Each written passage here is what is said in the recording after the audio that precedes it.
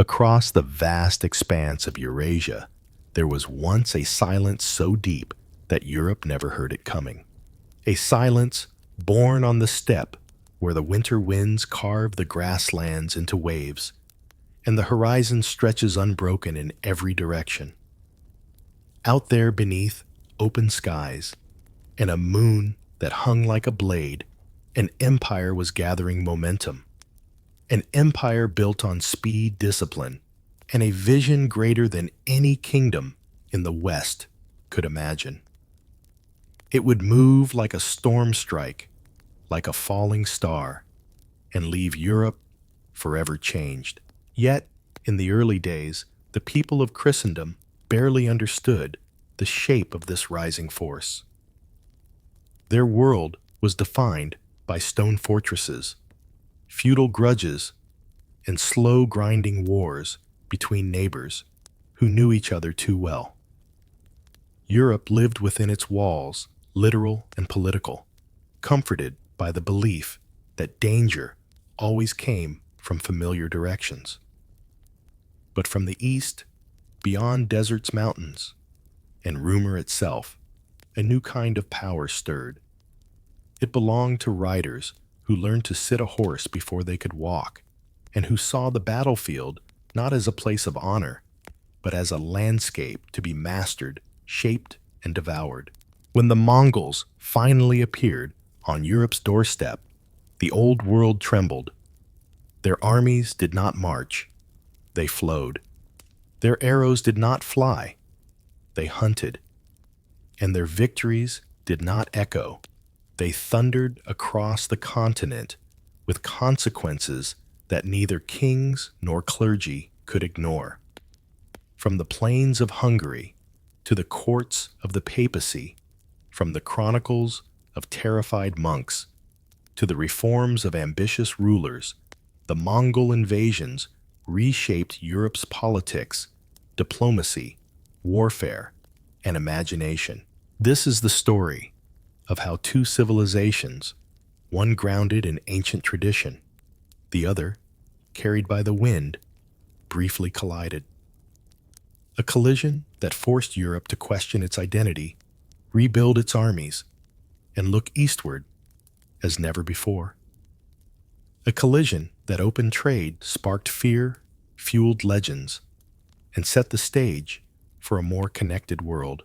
If you wish to journey deeper into battles, embassies, transformations, and the shadow that stretched from the steppe to the heart of Christendom, then settle in. And if this tale moves you, let it continue. Its ride like share and subscribe, so the echoes of history may travel a little farther.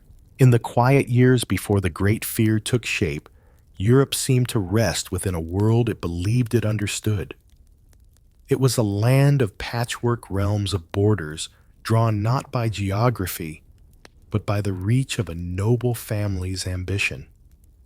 Kingdoms claimed long histories, yet held only fragile presence. Dukes quarreled with kings, bishops quarreled with dukes, and cities quarreled with one another over rights of market and river. At first glance, it was a continent that felt old, deeply rooted, and confident in its traditions. Yet beneath the surface lay a truth more delicate. Europe was divided, its strength thinly spread, its vision turned inward. Across its fields and forests, the rhythms of life etched themselves into the landscape. Peasant villages tucked into valleys, abbeys rising like islands of stone fortresses perched above winding roads. Warfare in this world was familiar and almost ceremonial. Conflicts rarely sought annihilation. They were measured seasonal, defined by custom, as much as by strategy. Armies gathered, slowly, drawn from obligations rather than discipline, their noble riders weighed down by armor and expectation. A siege might last months. A campaign might end the moment rain set in. There was violence, of course, but it was a violence Europe understood. a violence contained within the assumptions of its age. And then before anyone had seen a single hoofprint, the rumors began.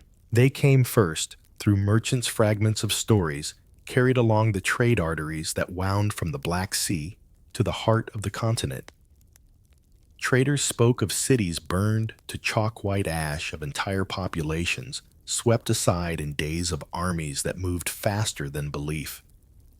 At first, European courts listened with the polite skepticism reserved for tales from the edges of the known world. But the stories kept coming, and they were always the same. Something was pushing westward. The men telling these tales often struggled to describe what they had heard. Their words reached beyond their experience, grasping for images that might make sense to listeners who knew only the warfare of armored knights and fortified towns. They spoke of riders who lived in the saddle, whose horses were smaller than European chargers, yet tirelessly swift. They spoke of a kind of arrow that could punch through armor at a distance thought impossible. They spoke of campfires that winked across the plains in shifting patterns, signaling movements no enemy could predict. And they spoke of a discipline so absolute it seemed unnatural, of soldiers who obeyed orders without hesitation, who turned together like migrating birds. In the halls of kings, such stories drifted like smoke. Some dismissed them as exaggeration tales swollen by distance, embellished by fear.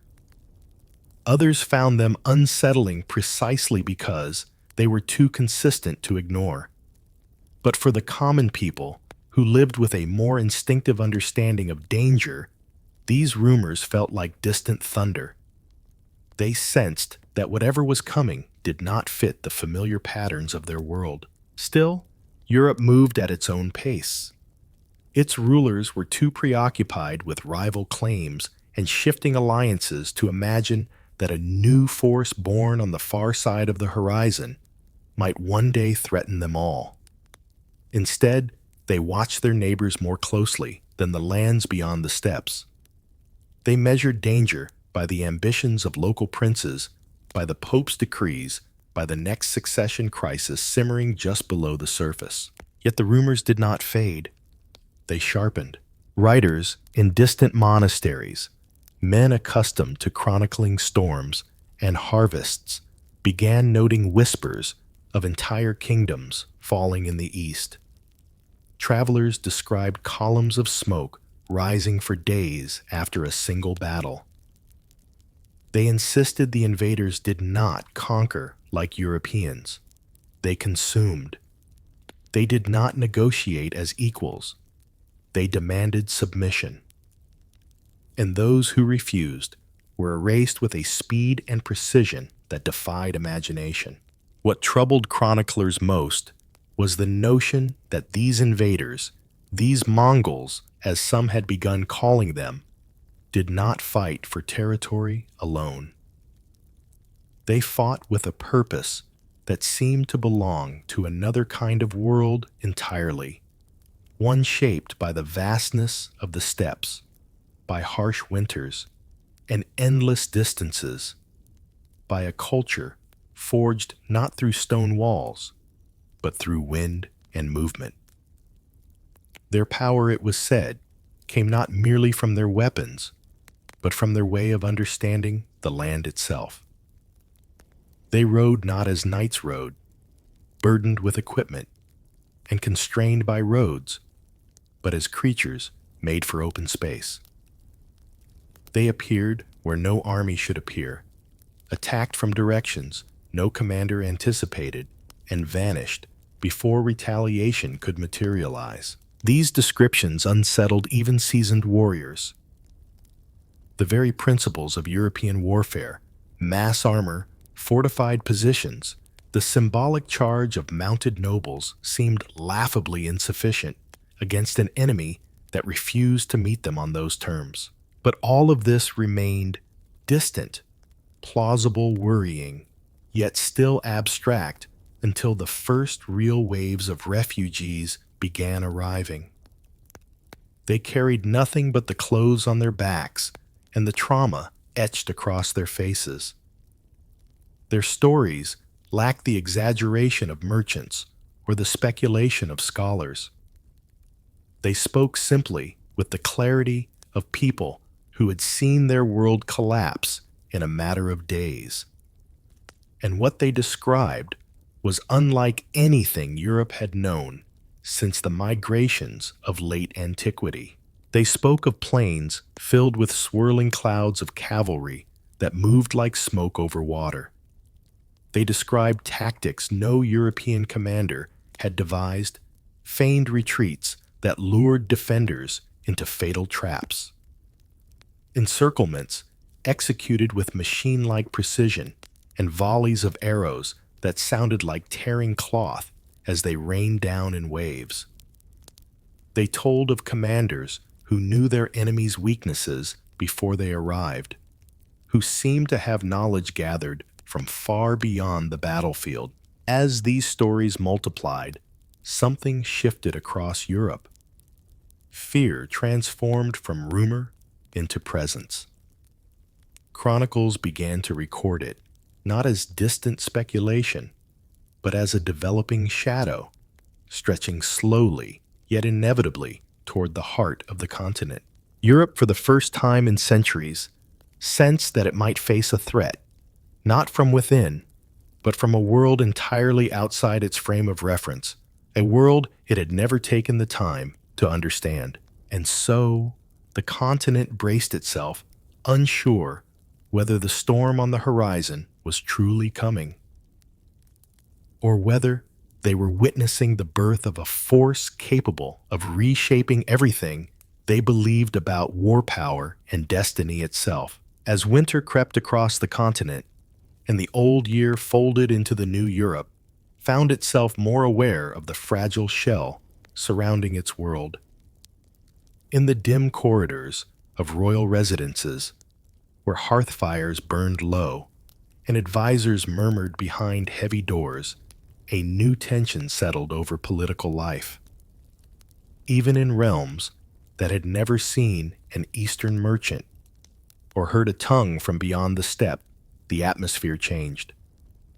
Something vast and unknown pressed against the imagination of the age, stretching it to its limits.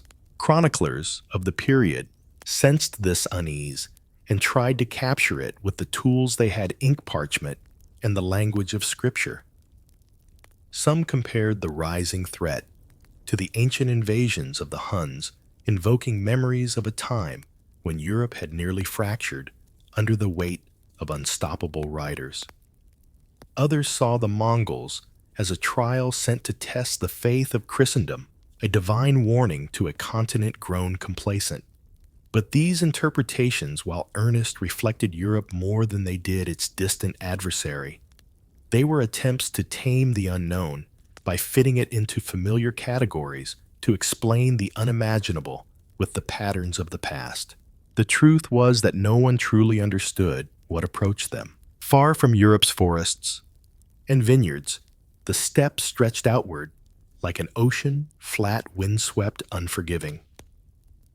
Those born into that expanse were hardened by its demands, shaped by its silence, educated by the raw necessity of survival. European monks had occasionally copied accounts of nomadic peoples, describing them as wanderers who lived in tents and followed their herds. But these descriptions had never conveyed the scale of the world that produced the Mongol Empire, nor the political and military machinery behind it. To Europeans, the East remained a place of guesses and impressions. Yet even without precise knowledge, Europe sensed that something was shifting in the balance of the world. Signs of this shift were subtle at first. Messengers who once traveled with the casual rhythm of long roads now hurried across borders with urgency. Nobles who had spent years quarreling over inheritance or jurisdiction suddenly found themselves distracted, glancing more often toward distant news. Some castles strengthened their watch rotations, Some towns fortified their gates earlier in the evening, even in places where no real threat could reach for years, if at all. There was a new instinct to guard what had once seemed secure. It wasn't only rulers and soldiers who felt the change. In marketplaces and taverns where gossip threaded through daily life, people spoke of omens. A comet had recently passed overhead, a spectacle that medieval communities often regarded with dread. Many connected it to the stories coming from the east, seeing celestial signs as heralds of earthly upheaval. Others recounted strange tales brought by travelers, flocks of birds fleeing westward, sudden storms sweeping the plains or villages abandoned in haste. Whether these accounts held any truth mattered less than the atmosphere they created. The idea of an approaching catastrophe began shaping the culture long before any Mongol scout entered Europe. Still, the continent did not stand frozen. It responded to uncertainty in the way Europe always had, through conversation, councils, quarrels, and attempts at preparation that reflected both optimism and anxiety. Some kingdoms sought alliances, strengthening ties with neighbors who had once been rivals. Diplomats traveled more frequently, carrying encrypted letters and whispered instructions meant to gauge who would stand firm and who might falter. Clergy delivered sermons urging unity, warning that spiritual weakness invited disaster from without. But even as these efforts unfolded, the shadow that Europe feared was not yet a clear silhouette. It remained a rumor, moving westward, a presence defined not by what was known, but by what was imagined. An imagination, unanchored by understanding, created shapes more terrifying than reality itself. Within this climate of mounting uncertainty, a few perceptive minds began to question not just the stories of invaders, but the assumptions underlying European society. Some scholars wondered whether the feudal system, with its fractured loyalties and scattered power, could withstand a threat of a scale whispered about in rumors. Others examined the nature of warfare itself. What if an army could move faster than their own? What if it refused to engage in the set-piece battles that European commanders preferred? What if the old rhythms of campaigning, pausing for seasons, relying on heavy armor, defending fortified positions, were simply inadequate? These were unsettling questions, for they implied not just a foreign threat, but a structural vulnerability within Europe's core identity. The most striking realization came slowly. The Mongols, though distant, represented a world that operated on principles entirely different from those of Christendom. Europe, accustomed to thinking of itself as the center of civilization, suddenly faced the possibility that it was not the measure of all things, that somewhere beyond its sight, a power had emerged capable of challenging its assumptions, testing its cohesion, and revealing its blind spots. This recognition, though rarely expressed openly, rippled through the intellectual and political life of the continent. Meanwhile, winter deepened. Roads became slush and mud, slowing communication at a time when everyone craved news. In castles, where torches burned against the long dark leaders debated their defenses, their conversations grew more urgent, more speculative. They wondered which river or range might serve as the natural line of defense, which alliances might survive pressure, which cities might hold if tested. Even the most confident rulers felt a tremor beneath their convictions, and still no Mongol banners appeared. But absence did not bring comfort.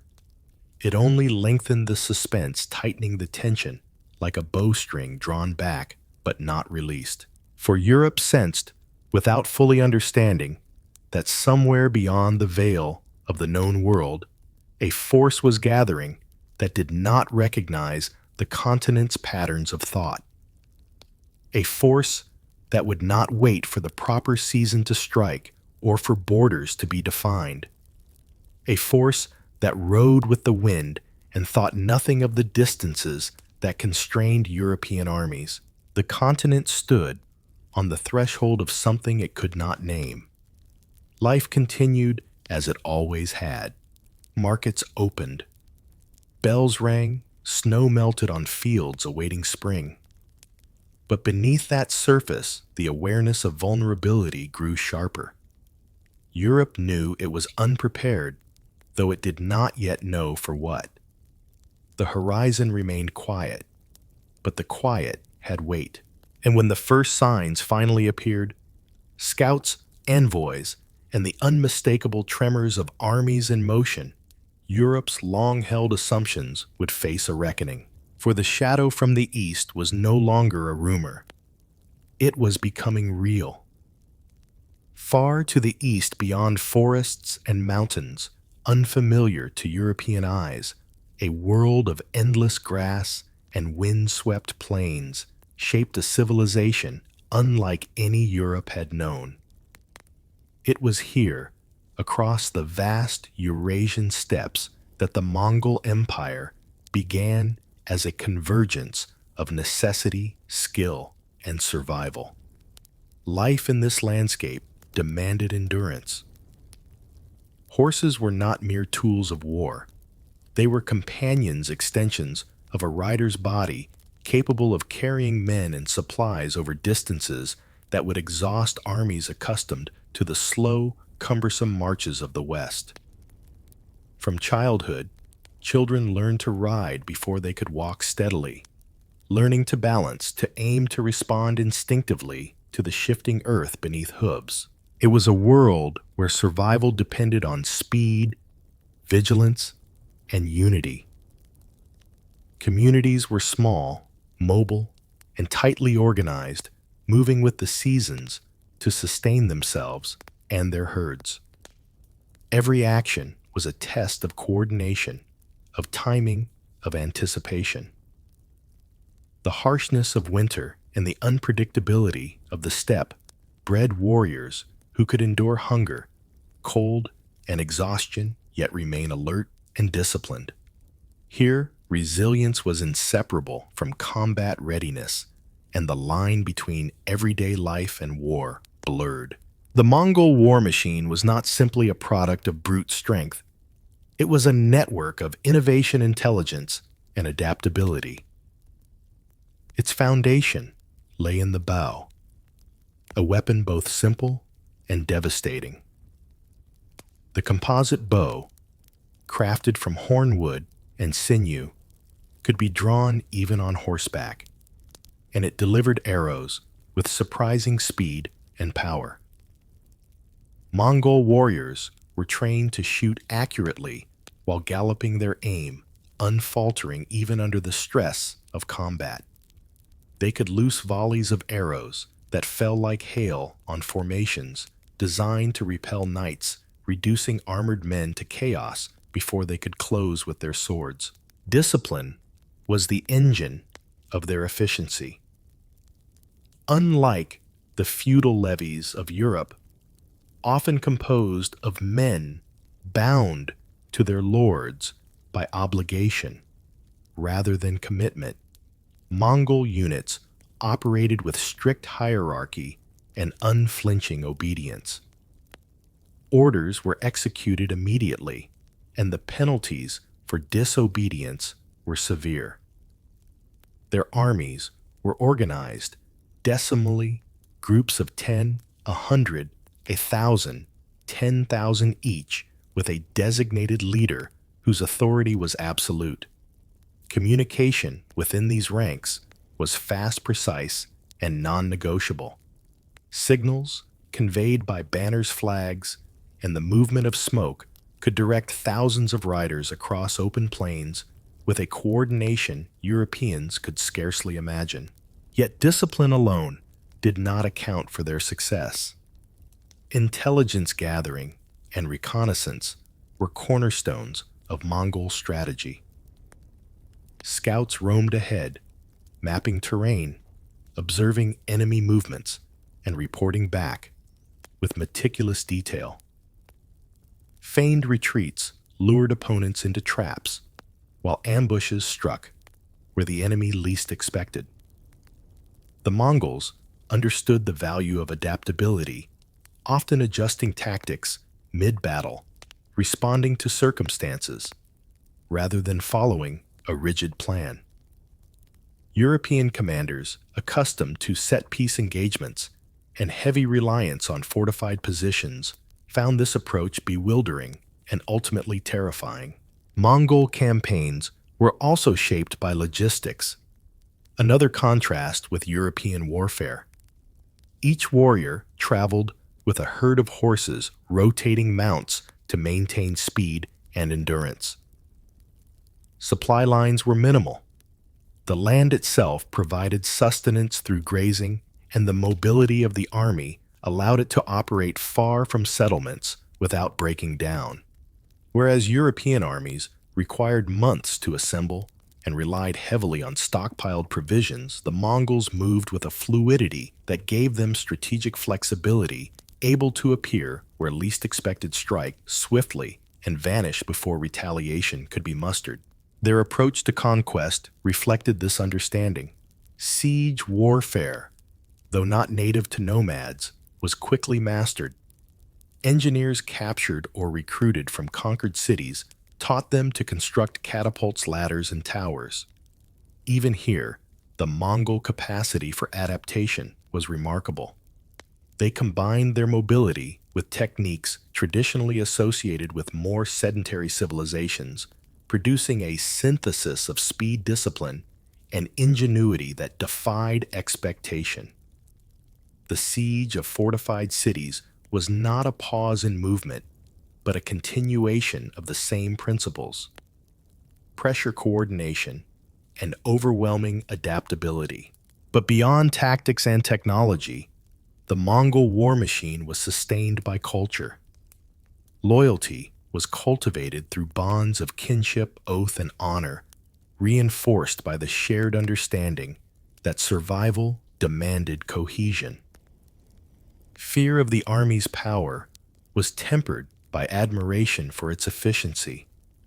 Conquest was as much psychological as it was physical. Opponents learned quickly that Mongol victories were rarely accidental, that the terror they inspired was a calculated element of strategy, and that submission often saved cities where resistance meant annihilation. In this context, the rise of Genghis Khan was both inevitable and extraordinary. Born as Temujin, he learned early that leadership depended not only on skill in battle, but on the ability to unite disparate clans under a single banner. He imposed rules that codified loyalty, justice, and merit, binding his warriors into an organization that operated with cohesion unmatched in the medieval world. By the time European eyes glimpsed the fringes of the Mongol Empire, they faced a force that was the product of generations of environmental adaptation, social organization, and deliberate innovation. Europe, in comparison, seemed constrained by tradition. Its knights were formidable in their armor, but slow. Their weapons powerful, but limited in range. Their campaigns disciplined, yet rigid. Battles were fought according to precedent governed by honor codes and local custom. Communication was often haphazard, reliant on messengers and signals that could not convey the speed or precision of Mongol methods.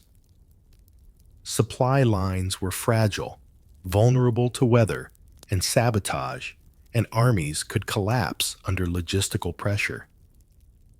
In the shadow of the Mongol system, European warfare appeared static, provincial, and dangerously predictable. And yet the contrast was not merely technological, it was philosophical. The Mongols conceived of war as total fluid and inseparable from intelligence, mobility, and adaptability. Europeans conceived of war as episodic, bound by seasonal rhythms and social expectation, measured by honor territory and victory in set engagements. The Mongols moved as a single organism, Europe as a series of competing units. To meet such a foe, without understanding its principles, was to court disaster.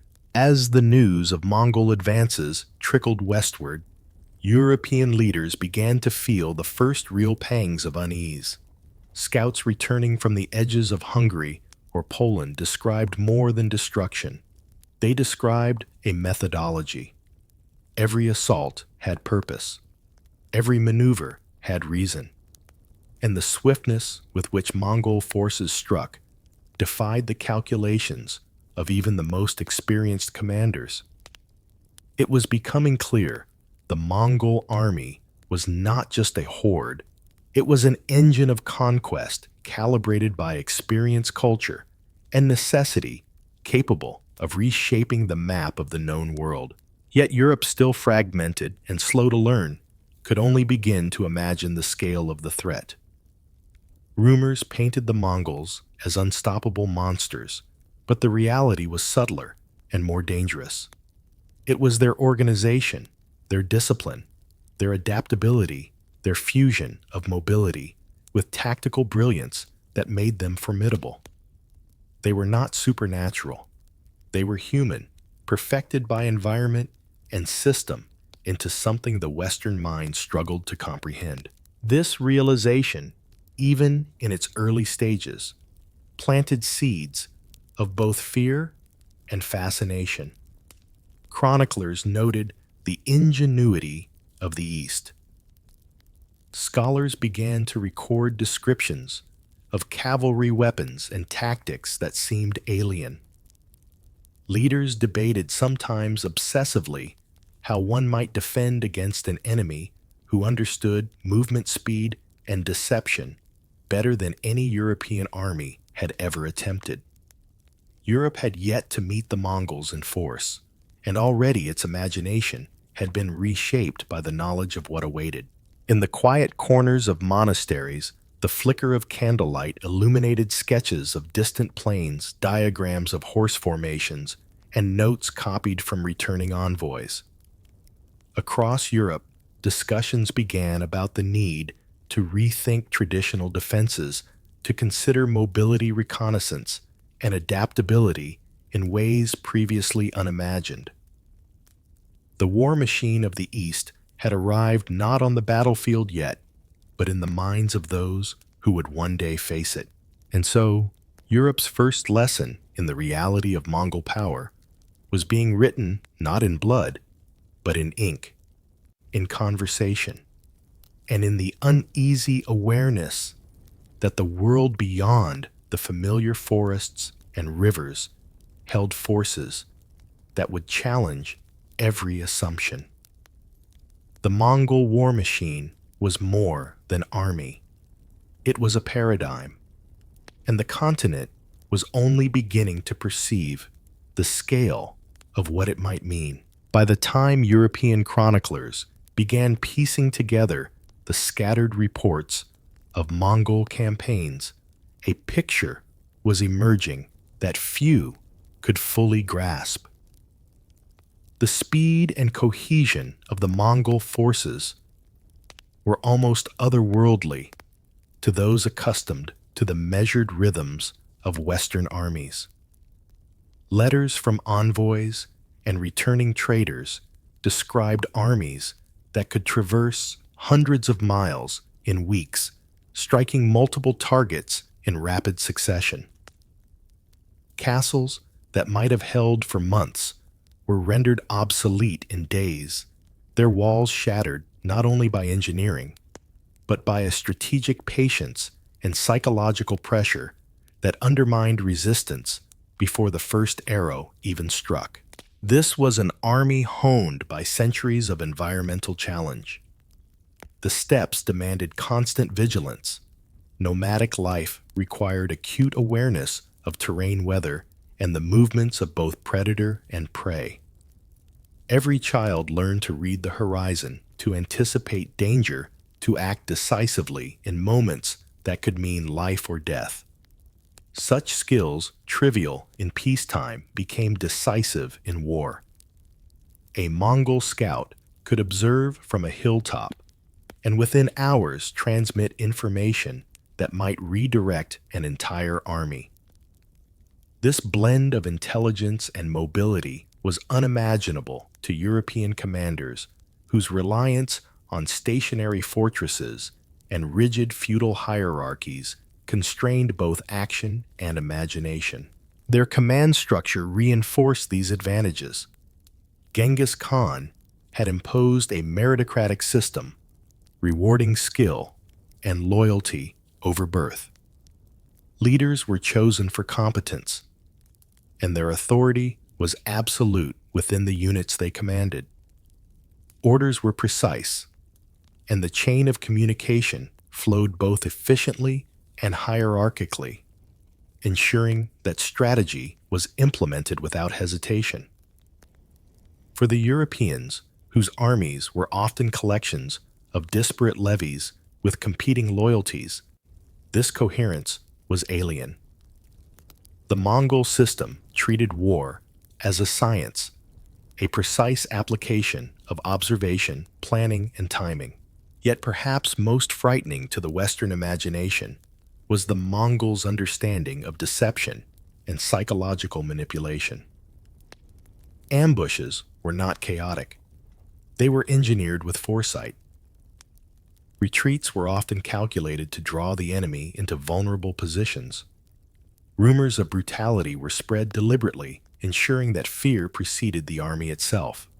Siegecraft was enhanced by knowledge stolen from those they had conquered. Engineers and artisans were conscripted to produce weapons or tactics Europeans had never seen. In this way, the Mongol army was not only adaptable, but also self-improving, learning from every engagement and using its knowledge to expand both influence and territory. European observers, piecing together these reports, found themselves confronting a force that operated on principles both simple and profound: mobility, discipline, intelligence, and adaptability. The synthesis of these elements produced a system that was greater than the sum of its parts. An individual Mongol warrior was formidable, but a well-coordinated unit of thousands could achieve feats that dwarfed anything seen in Western campaigns. Fortified cities could be bypassed or crushed, enemy formations disoriented, and entire regions subjugated in ways that traditional European tactics could not counter. The cultural underpinning of this war machine cannot be overstated.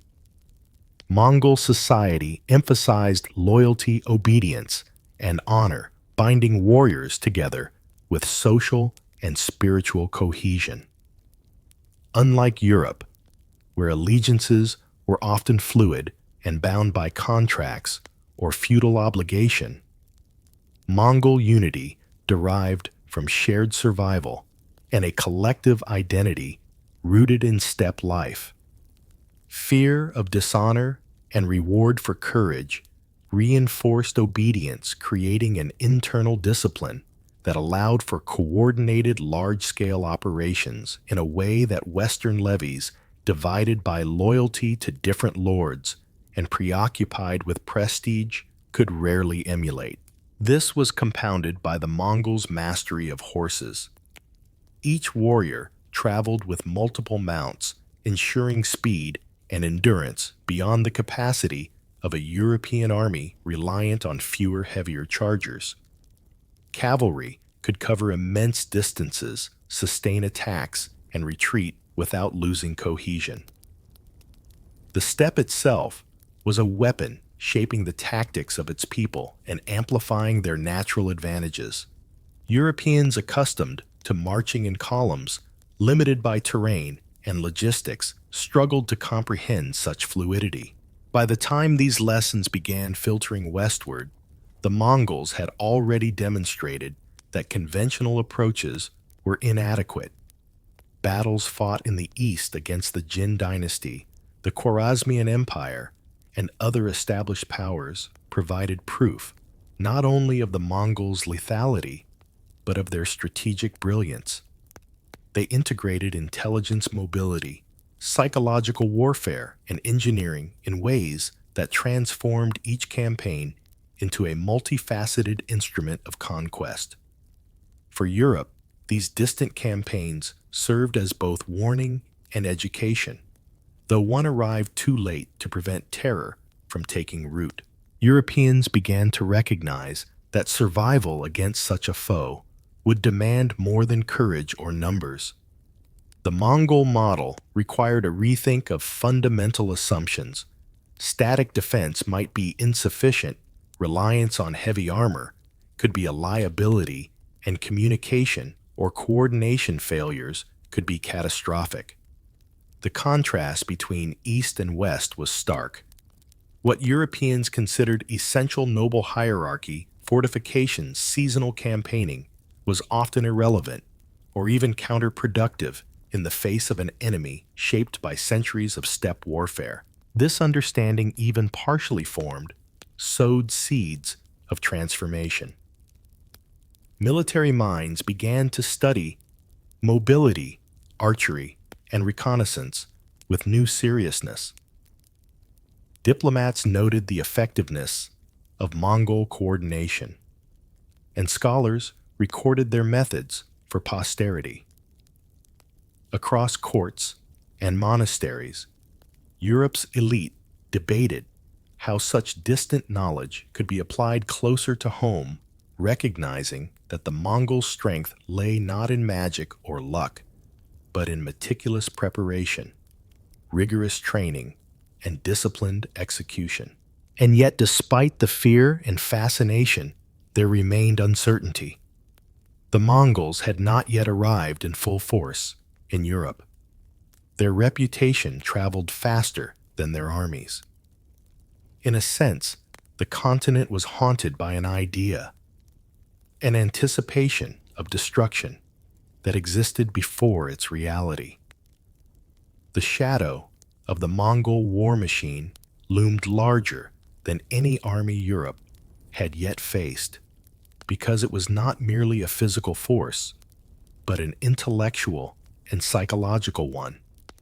It challenged preconceptions, undermined confidence, and demanded adaptation from a continent unused to the pace and scale of such an opponent.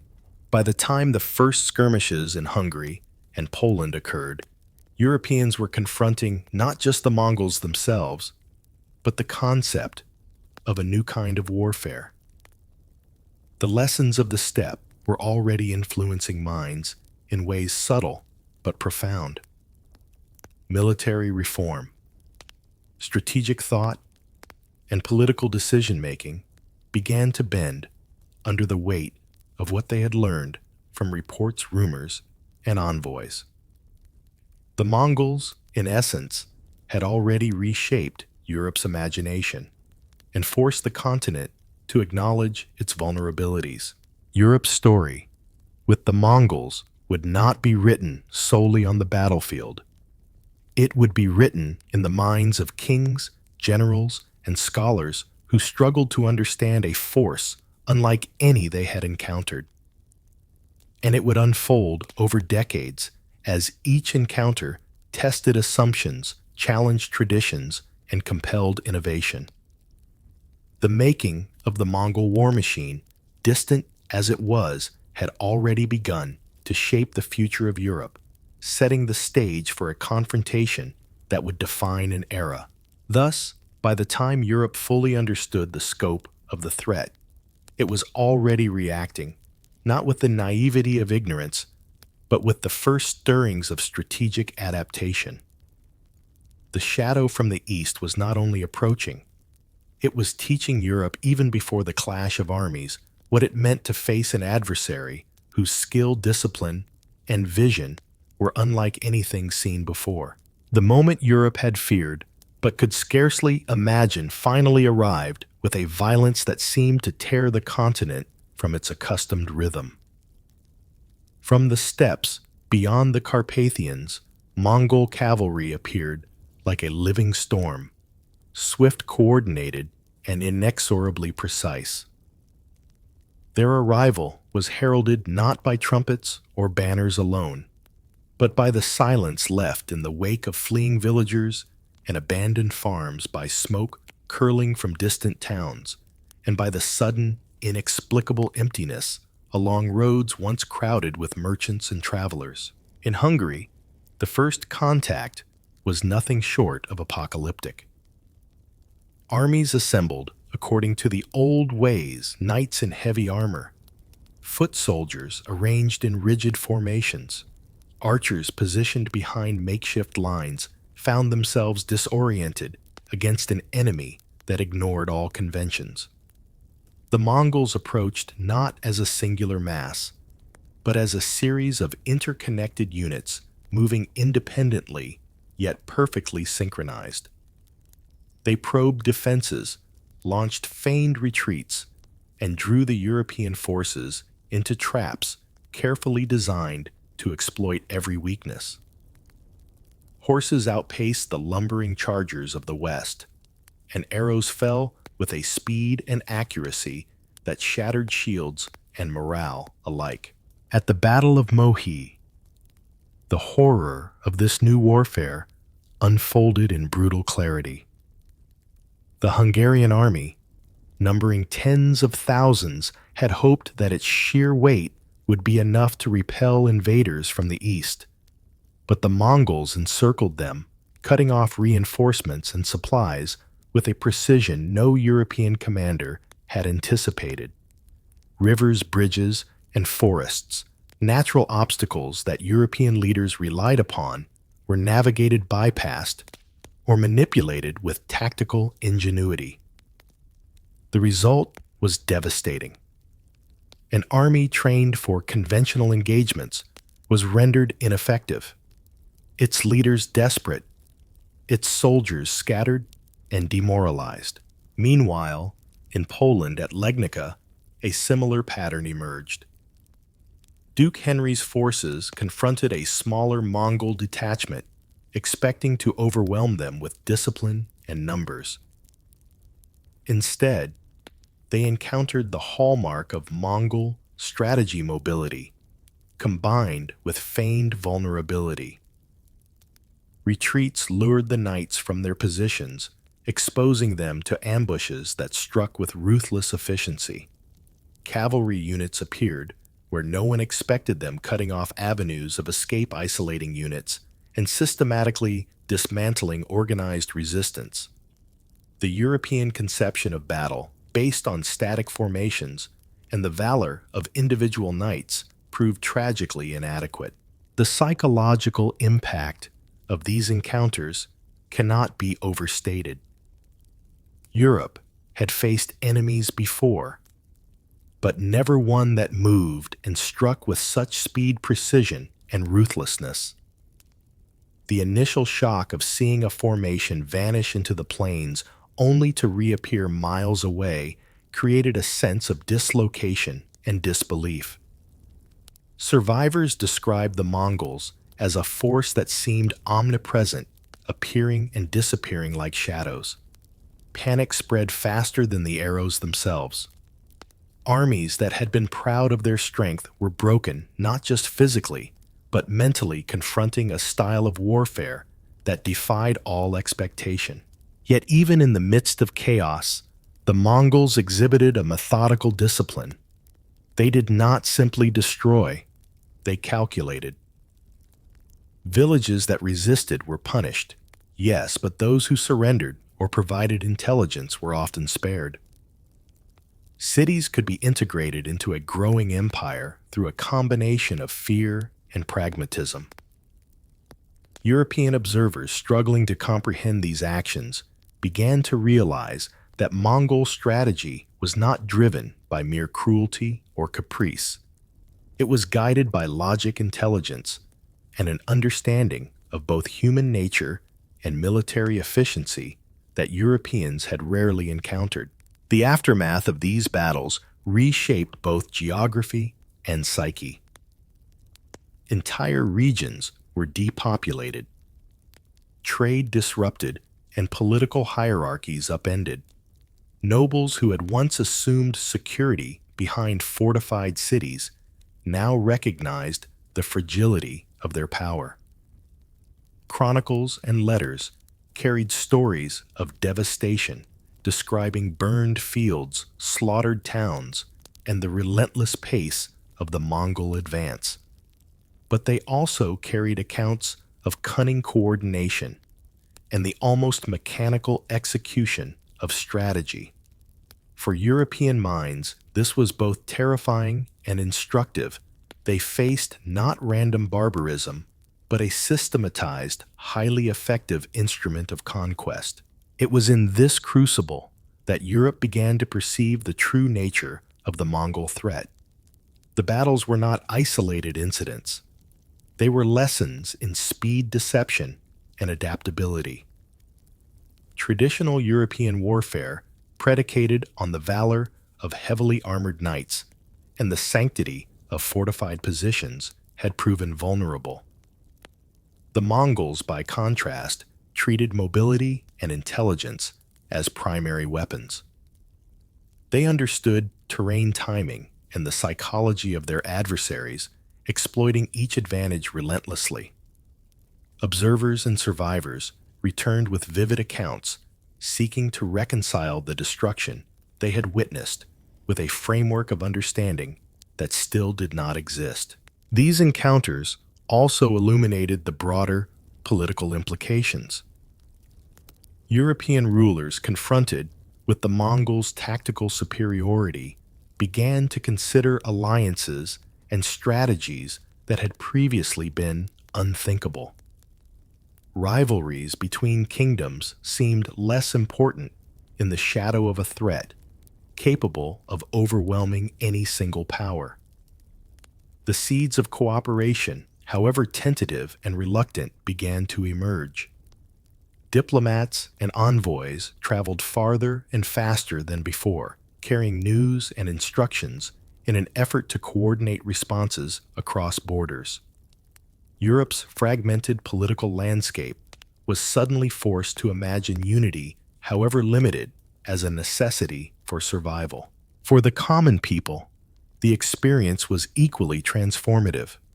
Refugees flooded into neighboring regions, carrying stories of devastation and survival.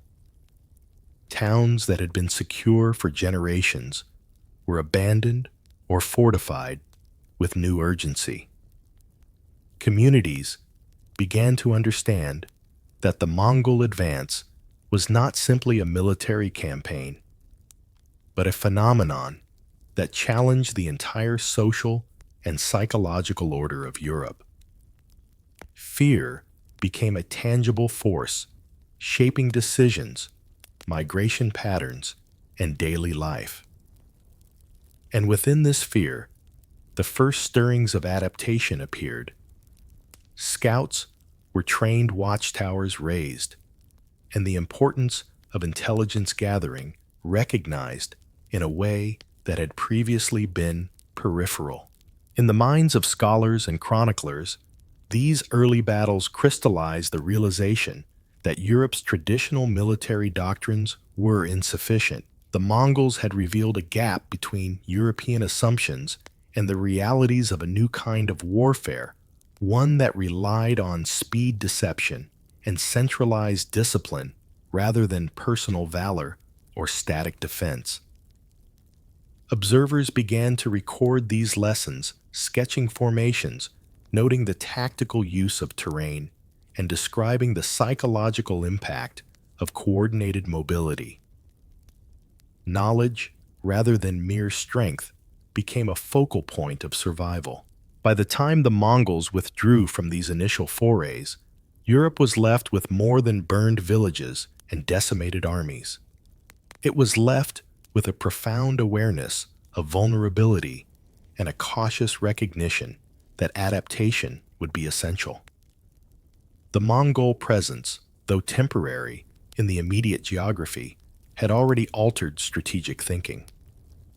The shock of Mohi and Legnica would echo through councils and monasteries, through letters and chronicles, as Europe attempted to reconcile what it had witnessed with its own traditions. And so, as the ashes settled and the first stories circulated, the continent began to understand that it had encountered not merely an army, but a new paradigm. The Mongols were a force shaped by environment, necessity, and ingenuity, a force that would demand changes in European warfare, diplomacy, and collective imagination. The first contact had ended, but its lessons were only beginning to unfold, laying the groundwork for adaptations, reforms, and a slow but inevitable transformation in the way Europe conceived of war and survival. Europe had met the Mongols, and in that meeting it learned both its weakness and the breadth of what it would have to become to endure. The smoke that hung over the fields of Hungary and Poland was more than the residue of fire. It was the visible manifestation of a new reality. Europe, accustomed to the rhythm of measured campaigns and seasonal sieges, now confronted chaos that was meticulously organized. The Mongol army moved with an almost supernatural precision, appearing where it was least expected, striking in waves that shattered hope before the first clash of swords. Fortresses that had long been symbols of safety crumbled not due to brute force alone, but through encirclement, cunning, and relentless pressure. In the aftermath of Mohi, survivors spoke of the incomprehensible speed with which the Mongols attacked and withdrew. Cavalry moved as if guided by a single will, appearing to vanish and reappear across plains and forests. Orders were executed with flawless timing. Retreat was employed as a tactical maneuver, luring heavily armored knights into the open, where they could be flanked and decimated. The concept of honor-bound combat, so central to European martial culture, was rendered almost meaningless against an adversary for whom efficiency and adaptability mattered more than individual glory. Meanwhile, Poland's experience at Legnica reinforced these lessons. The Duke's forces, though brave, found themselves ensnared by the same patterns that had devastated their Hungarian neighbors. Feigned retreats drew knights into ambushes, and the Mongol cavalry struck with a cohesion that rendered traditional formations ineffective. Horses carried riders across impossible distances. Arrows flew faster and farther than European bows could match, and units operated in coordination that suggested not luck, but an underlying design. For Europeans, these encounters were revelations. The Mongols were not merely invaders, they were a tactical revolution in motion.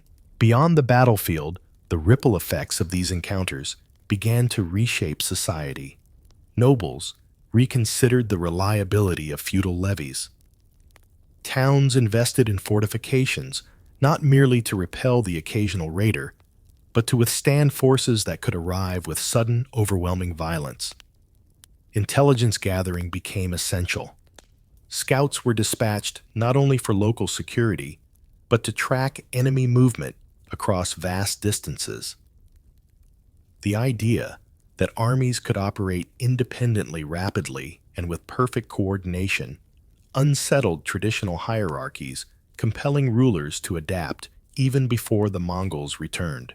Europe's understanding of the Mongols was also colored by the human stories carried by refugees and messengers. Survivors recounted not just the mechanics of battle, but the psychological strategies employed by the invaders. Villages were often spared if they surrendered quickly. Those that resisted were destroyed utterly. Rumors of cruelty preceded the army itself, instilling fear that slowed resistance and encouraged compliance. Yet beneath this terror lay strategic calculation. The Mongols understood that conquering hearts and minds, or at least securing submission, was as important as winning with swords. As chroniclers documented these events, the European imagination was reshaped. Maps were redrawn not only to account for new borders, but to conceptualize threats that defied previous experience. Scholars attempted to record tactics formations and strategies, while political leaders debated what measures could possibly counter such an agile and disciplined enemy. The contrast between Eastern and Western warfare became stark. Europe relied on weight fortification and ritualized engagement, whereas the Mongols relied on speed precision and relentless adaptation. It was a gap that Europe could no longer ignore. The encounters in Hungary and Poland also revealed the importance of communication, both within and across armies. Mongol units coordinated flawlessly over great distances using signals flags and messengers, achieving cohesion that European forces could not replicate. In contrast, European armies were hampered by slow communication, inconsistent discipline, and divided loyalties. Commanders found that even well-planned defenses failed when orders could not be relayed quickly enough, when units were separated, or when the enemy's mobility rendered static positions obsolete. Lessons were harsh, immediate, and unforgiving. Yet, amid the devastation, Europe also began to recognize the sophistication of its adversary. Observers noted that the Mongols were not reckless. Every engagement had purpose. Every maneuver was calculated. Even destruction was purposeful, intended to secure longer-term advantage. Cities spared after surrender often became hubs of administration, intelligence, and logistical support for further operations.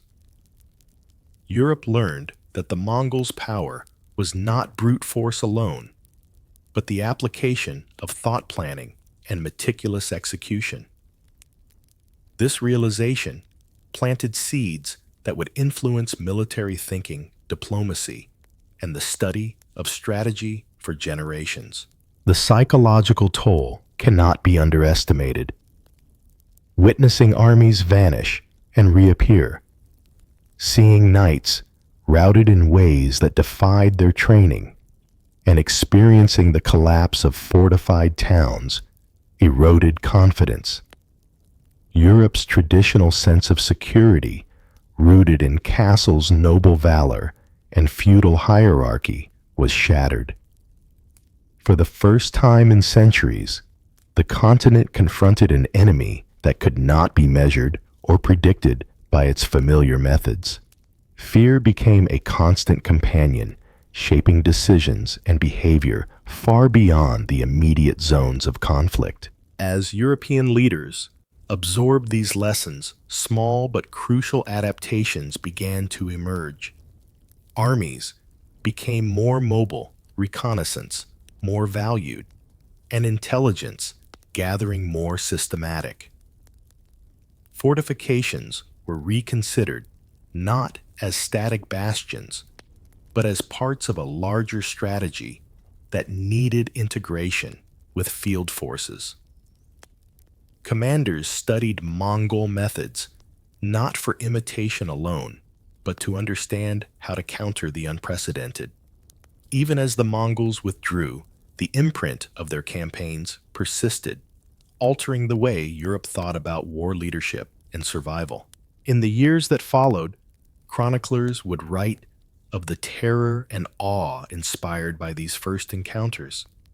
But these pages also reflected an awakening, a recognition that the known rules of conflict had been disrupted, that the Mongols represented a different logic, and that Europe would need to evolve to endure. The lessons were as much about the mind as the battlefield. Understanding, adaptation, and preparation became as essential as courage and armor. The first contact, brief yet catastrophic, left a continent changed.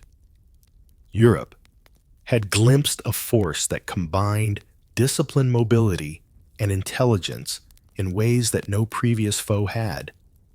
The encounters in Hungary and Poland revealed vulnerabilities and inspired innovation. The Mongol war machine, though geographically distant, had reached into the heart of Europe, challenging assumptions and reshaping the possibilities of conflict. Even in their absence, the Mongols had begun to teach a continent the limits of its old ways and the necessity of thinking differently about power strategy and survival. And as Europe recovered from the immediate shock, one truth became undeniable. The Mongols were no longer just a rumor carried by traders or envoys. They were real, methodical, and terrifyingly effective. The fires that had burned in Hungary and Poland were not merely of wood and stone. They were the herald of a new age of warfare, one that Europe could not ignore and would struggle to understand for decades to come. The smoke of burned villages and the echo of shattered armies had barely faded when Europe found itself staring at an unthinkable reality. The Mongols had arrived, struck with devastating precision, and disappeared as swiftly as they came. Yet their presence left more than ruins in its wake. It left a continent grappling with questions that challenged both imagination and faith. How could a force so disciplined, so swift, and so ruthless exist beyond the horizon? How could a culture so alien, so unconcerned, with European conventions, threaten kingdoms that had long considered themselves secure? In the grand halls of cathedrals and royal courts, rulers and clergy alike debated these questions. Reports trickled in from scouts, merchants, and terrified survivors, but fragments of information only deepened confusion. Some spoke of immense armies moving like rivers across the plains. Others described entire towns, abandoned populations fleeing in terror. Scholars and chroniclers trained to interpret signs and omens tried to reconcile these reports with the framework of European understanding. Often they failed. The Mongols did not conform to known patterns of war or diplomacy. They were neither Huns nor Tatars in the familiar sense. They were something entirely new. The first instinct of Europe was to explain the unexplainable through the lens of religion. Priests preached that the Mongol advance was divine punishment, a trial for the sins of Christendom. Some chroniclers framed the invaders as a scourge sent by God, while others suggested that the Mongols were potential converts, a people whose allegiance might be drawn toward the Christian faith through diplomacy and piety. In the absence of clear understanding, Europe projected familiar narratives onto the unknown, seeking comfort in the belief that the universe operated according to God's will, even when the signs seemed to suggest otherwise. Rulers, however, faced a harsher reality. Diplomacy became urgent not out of optimism, but out of necessity. Envoys were dispatched eastward, tasked with understanding the enemy, negotiating possible truces, or even converting the Mongols to Christianity. Giovanni da Pian del Carpine, sent by Pope Innocent IV and other emissaries, embarked on journeys that were as dangerous as any battlefield. They traveled across deserts, mountains, and rivers, carrying letters of peace or inquiry, often uncertain whether they would reach the Mongol courts alive. Their missions were not mere formality. They were attempts to bridge a chasm of culture, language, and military doctrine that Europe scarcely comprehended. Yet the challenges were immense.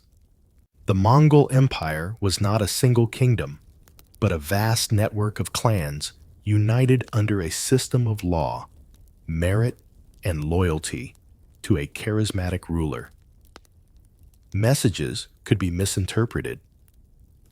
Gestures could be misconstrued. Envoys had to navigate not only the terrain, but the subtleties of a society that viewed war governance and religion in ways that defied European norms. One misstep could be fatal.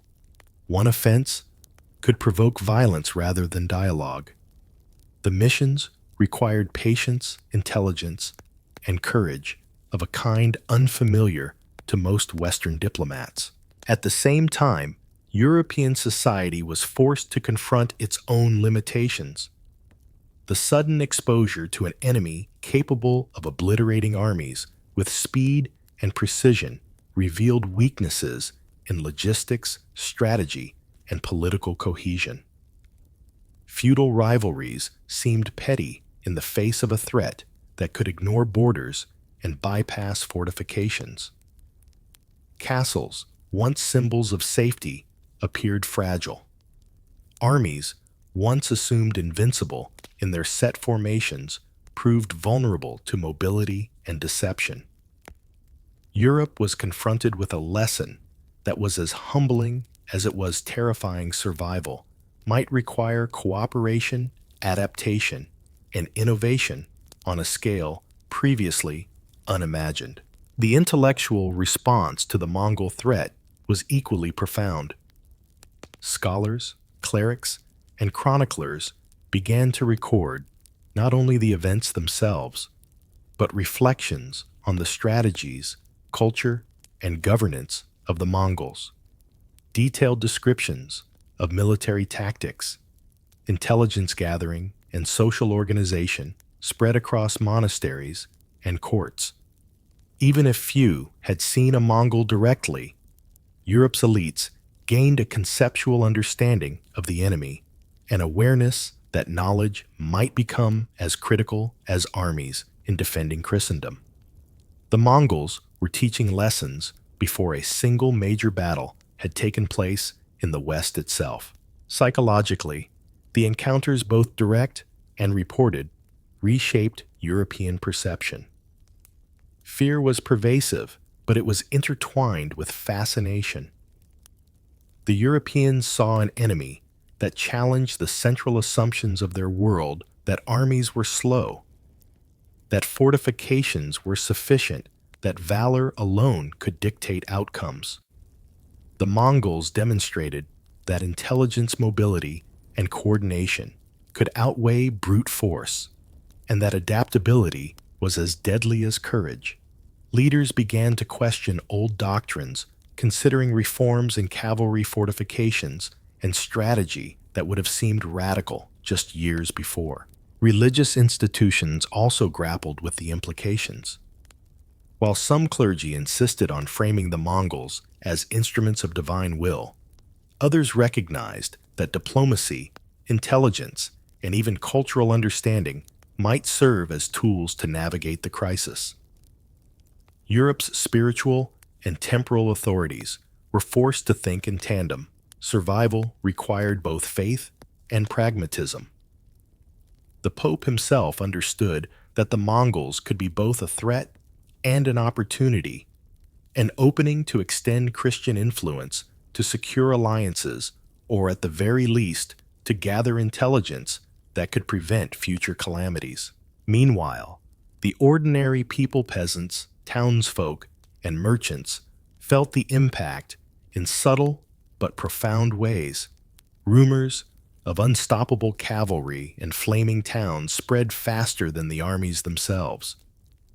Trade routes shifted, fortified towns became refuges for those seeking security, and news of distant destruction altered the perception of safety across the continent. Europe's interconnected world, though limited by medieval standards, began to respond collectively to an external shock that transcended political boundaries. Fear and uncertainty were transforming not only tactics and policy, but the very social fabric. Even in its earliest stages, Europe's confrontation with the Mongols prompted reflection on knowledge itself. The unfamiliarity of the enemy highlighted the limitations of European understanding, compelling observers to record, analyze, and speculate. geography, military science, and anthropology, though not defined as disciplines in the modern sense, began to intersect in ways that would influence thought for generations. The Mongols, by merely existing and advancing, catalyzed a kind of intellectual awakening, forcing Europe to reconcile its self-image with the reality of a wider, more complex world. By the time envoys returned with first-hand observations, Europe's leaders were caught between awe and terror. Reports described cities ruled with meritocratic efficiency, laws enforced with clarity, and armies disciplined to a degree unseen in the West. They recounted feats of logistics that allowed thousands of cavalry to traverse harsh terrain without pause. They brought back not only tales of destruction, but also a blueprint of sorts, an understanding of what made the Mongols formidable. The challenge was daunting. Could Europe adapt fast enough? Could fragmented kingdoms, burdened by tradition and rivalry, internalize these lessons before disaster struck again? And yet the confrontation was not only about fear, it was about comprehension. Europe was being forced to expand its mental horizons to consider an opponent that did not play by known rules, and to imagine strategies that were not yet familiar. Diplomacy, observation, and knowledge became as critical as swords and armor. The continent had glimpsed the limits of its own preparedness, and in that glimpse, a new awareness took root. The world beyond familiar borders was neither static nor predictable, and survival would depend on understanding forces far different from itself.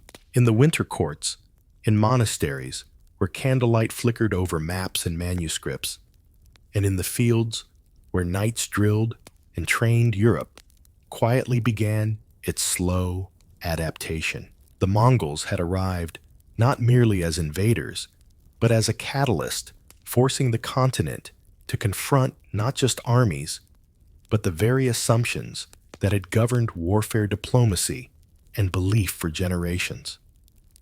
For Europe, the unthinkable had arrived, and with it, the imperative to rethink everything it knew about survival strategy and the wider world. As Europe grappled with the magnitude of the Mongol threat, the continent's leaders understood that fear alone could not guide their response. Reports from envoys returned with astonishing details. The Mongols were not chaotic raiders, but a disciplined, methodical force capable of moving thousands of cavalry across vast distances with unerring coordination. Every encounter, every advance revealed a society in which survival and conquest were inseparable, where strategy was honed through centuries of living and fighting on the steppes. European minds conditioned by rigid feudal hierarchies and slow-moving armies struggled to comprehend such a synthesis of mobility, intelligence, and ruthlessness. The papacy, recognizing the scale of the challenge, began to act with a mixture of urgency and calculation. Pope Innocent IV, alarmed by news from the eastern frontiers, sent envoys to the Mongol court with letters offering dialogue, conversion, and, if possible, alliance. These missions were unprecedented. Europe had never before dispatched emissaries across such distances to an empire so vast, so foreign. The journeys were perilous, spanning deserts, mountains, and hostile territories, yet they became essential not merely for diplomacy, but for intelligence gathering. Understanding the Mongols was now as crucial as resisting them.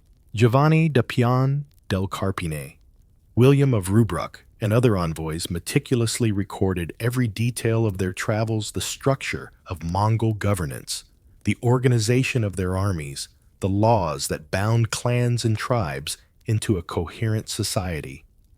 They observed the strict discipline of the generals, the speed at which decisions were executed, and the meritocratic elements that rewarded skill over birth. Europe, previously accustomed to hereditary command and the privileges of nobility, found itself confronted with a model of power that emphasized competence and cohesion above all. The lessons were subtle, yet they carried the seeds of profound change. Even as envoys returned with knowledge, Europe faced the immediate reality of defense. Local lords reinforced fortifications, trained their retinues in rapid response, and experimented with reconnaissance techniques inspired by reports from the steppes. Cavalry units began to adapt, emphasizing speed and coordination, rather than reliance solely on armor and brute force. Scouts and messengers were integrated more systematically into military planning, as intelligence became recognized as a weapon in its own right. The Mongol paradigm, mobility, observation, and calculated strategy began to infiltrate European thinking, even if only partially. Political dynamics shifted as well. Rivals who had long viewed each other with suspicion began tentative collaboration. The threat of an incomprehensible enemy required pragmatic alliances, however fragile. Kings, dukes, and princes convened to exchange information, coordinate defenses, and debate possible strategies. Europe, fragmented by centuries of feudal disputes, found itself coerced by circumstance into a cautious unity. This cooperation, however tentative, marked the beginning of a strategic consciousness that extended beyond borders, a realization that survival might depend on understanding forces that transcended local power struggles. At the same time, the human dimension of the Mongol encounters weighed heavily. Survivors and refugees carried stories that blended terror with awe, recounting both the precision of Mongol maneuvers and the devastation they left behind. Families fled their homes, towns fortified, and communities adapted to a new reality in which destruction could arrive with little warning. The social fabric of Europe was under pressure, as fear prompted migration, altered trade patterns, and influenced decisions from the highest courts to the smallest villages. The psychological impact of the Mongols was as profound as their physical presence, or in many cases, their absence. Europe's scholars also responded in kind. Monastic scriptoria, previously focused on theology and classical texts, now contained observations of Mongol culture laws and military tactics. Europe's intellectual elite sought to record, interpret, and apply this information. Maps were redrawn not only geographically, but conceptually to account for threats that were faster, more coordinated, and more ruthless than anything previously encountered. Treatises on strategy and governance began to reference the Mongols, recognizing that understanding this distant culture might offer critical lessons in survival and adaptation. Religion diplomacy and military preparedness intertwined in unexpected ways. Clergy encouraged both prayer and pragmatic action. Rulers balanced faith with the stark demands of survival. Scholars sought knowledge as a tool to navigate the crisis. Europe confronted a lesson that transcended borders. The Mongols represented not merely a military threat, but a challenge to the assumptions that had guided warfare politics and thought for generations. They forced a reconsideration of what it meant to govern, defend, and comprehend the wider world. Even as Europe prepared for further contact with the Mongols, the continent began internalizing lessons that would resonate for decades. Armies were trained to be more flexible, intelligence became institutionalized. Diplomacy stretched to unprecedented distances. Leaders understood that survival might depend as much on observation, adaptation, and negotiation as on courage in battle. The Mongols had arrived not merely in body, but in the ideas and awareness. They imparted lessons that would shape military, political, and intellectual developments long after the immediate threat had passed. For the common people, the Mongols existed simultaneously as rumor and reality, terror and fascination. Tales of speed, precision, and ruthlessness spread across villages and towns. Even those who had never seen a Mongol began to perceive the threat in daily decisions: how to fortify homes, whether to flee, how to navigate trade, or travel safely. The Mongol presence catalyzed a culture of heightened vigilance and awareness, forcing individuals to reckon with the unpredictability and scale of a world beyond their immediate experience. Europe, once insular in its understanding, was waking to the complexity of the wider continent. By the conclusion of this phase, Europe's confrontation with the unthinkable had produced both fear and insight. The Mongols had demonstrated not only their capacity for destruction, but their mastery of strategy, intelligence, and mobility. Europe, though battered and disoriented, began to perceive patterns in these encounters, slowly integrating lessons into military planning, diplomacy, and societal organization. The unthinkable had arrived, and with it, the imperative to adapt, learn, and prepare for a world where traditional assumptions no longer guaranteed security. In retrospect, these early encounters were more than battles. They were a transformative experience for the entire continent. The Mongols had arrived not only as warriors, but as catalysts, reshaping European thought and behavior before full-scale engagement had even occurred. Europe began to reconcile its worldview with the reality of a foe whose methods, organization, and culture were unlike anything known. The continent was learning painfully but urgently that survival would require innovation, observation, and a willingness to embrace new paradigms. The Mongols had not just invaded, they had taught, through both action and presence, the limits of European assumptions and the necessity of foresight, discipline, and adaptability. Europe was, for the first time in generations, forced to confront the idea that the world beyond its borders was neither tame nor predictable.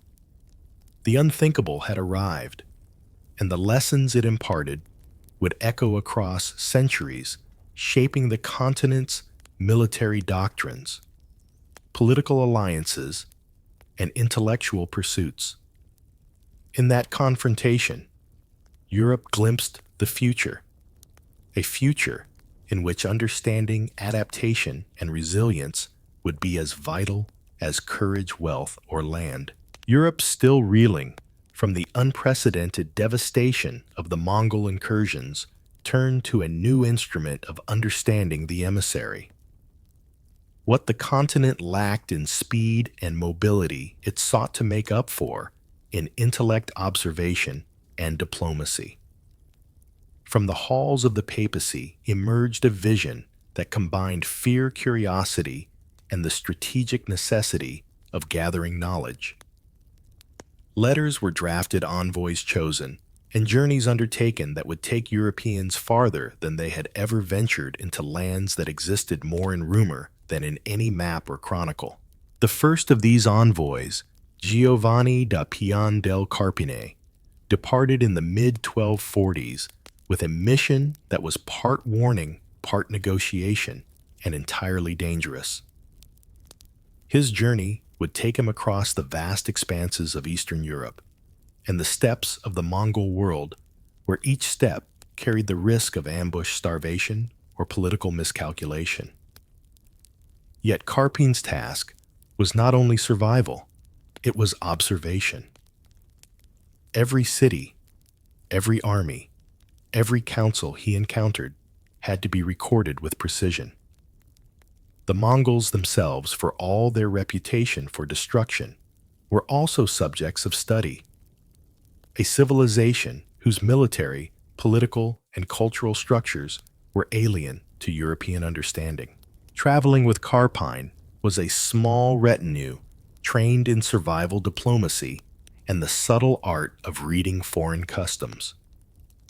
They moved slowly, aware that any misstep could be fatal, yet every mile provided an education. The European mind, accustomed to structured hierarchies and predictable warfare, was confronted with a society that operated on merit coordination and strategic intelligence. Observation became a tool of power.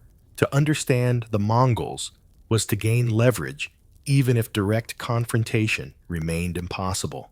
Carpine's records revealed an empire astonishing in its organization. Commands flowed through clearly defined channels. Units moved with unerring precision.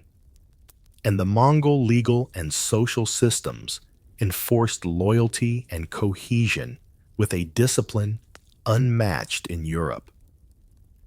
The envoys saw towns administered with efficiency, armies supplied with foresight, and generals executing maneuvers that exploited terrain, weather, and psychology simultaneously. Europe's chroniclers, reading these accounts, began to realize that the Mongols were not simply destructive forces. They were a coherent society, operating with logic and strategy that demanded respect, study, and understanding. Following Carpine came William of Rubruck, sent by Louis XIX of France in the 1250s. Rubruck's mission, like Carpine's, was a delicate balance of observation, diplomacy, and survival. He traveled not only to gather intelligence, but to attempt dialogue reporting, back on everything from governance to religion. His meticulous descriptions of Mongol customs, social organization, and even spiritual practices provided Europe with a glimpse into a world previously thought unknowable.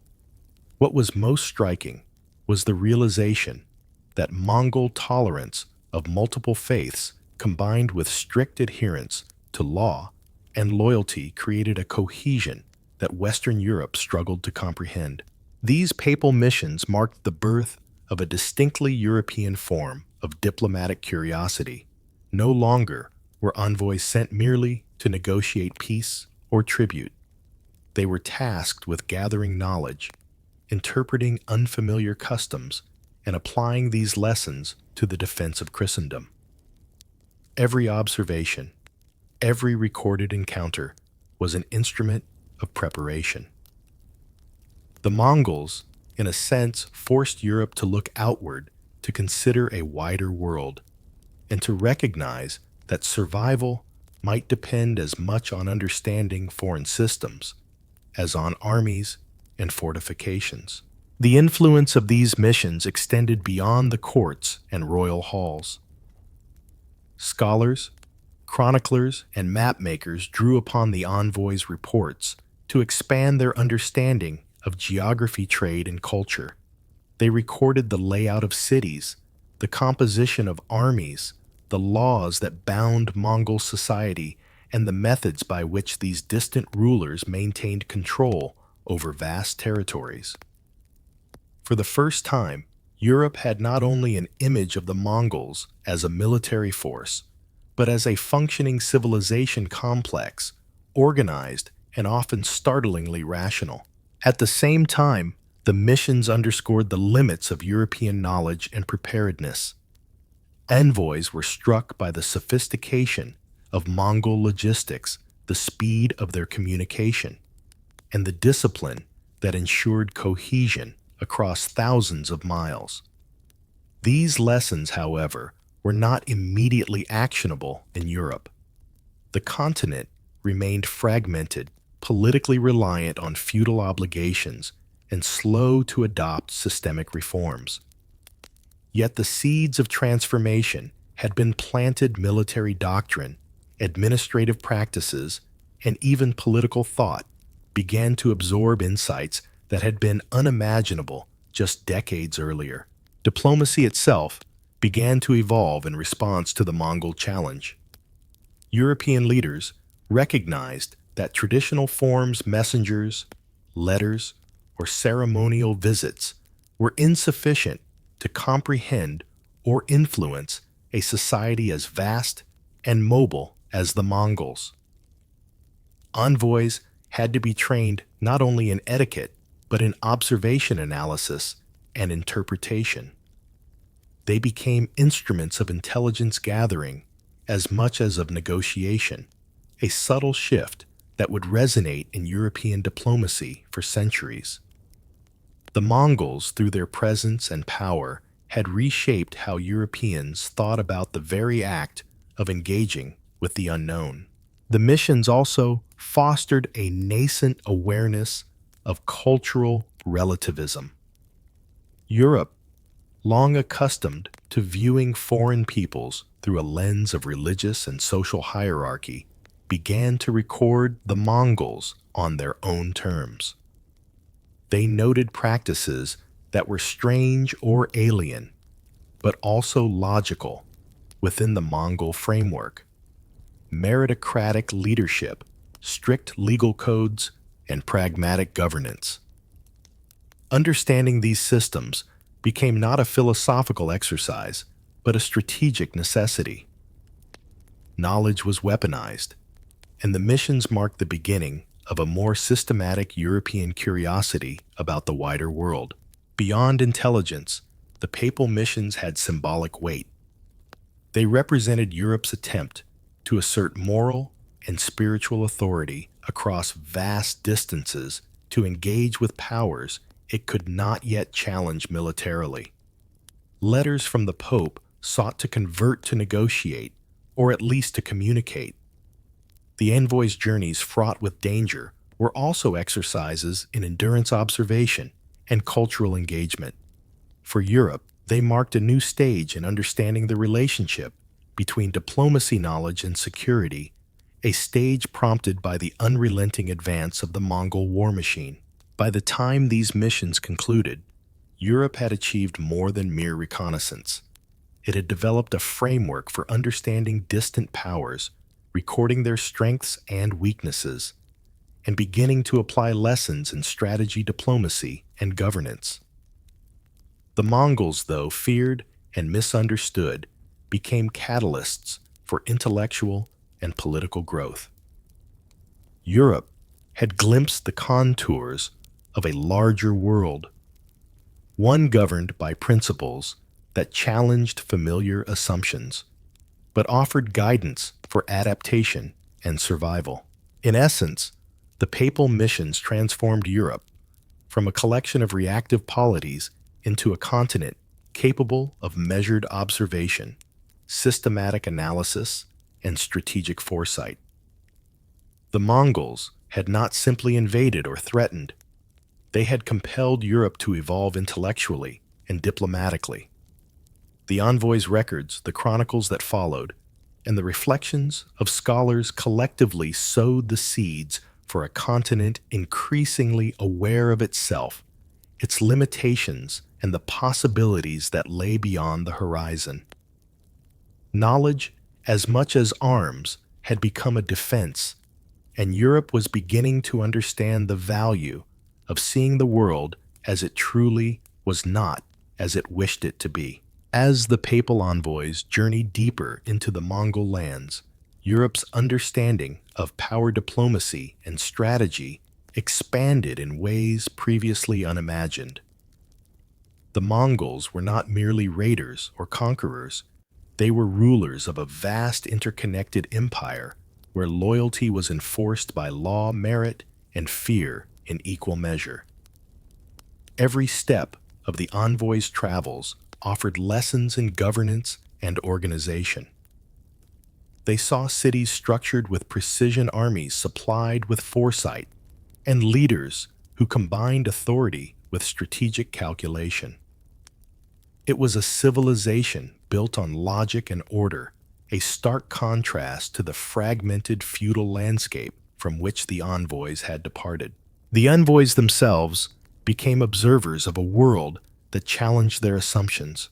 Carpine and Rubruk recorded the Mongols' methods of communication, mounted couriers who could traverse hundreds of miles in a day, signals, using flags fires and messengers, and a chain of command that ensured cohesion across great distances. European armies, accustomed to slow movement and localized command, struggled to comprehend the efficiency and discipline of a force capable of coordinating thousands of horsemen over open steppe and rugged terrain.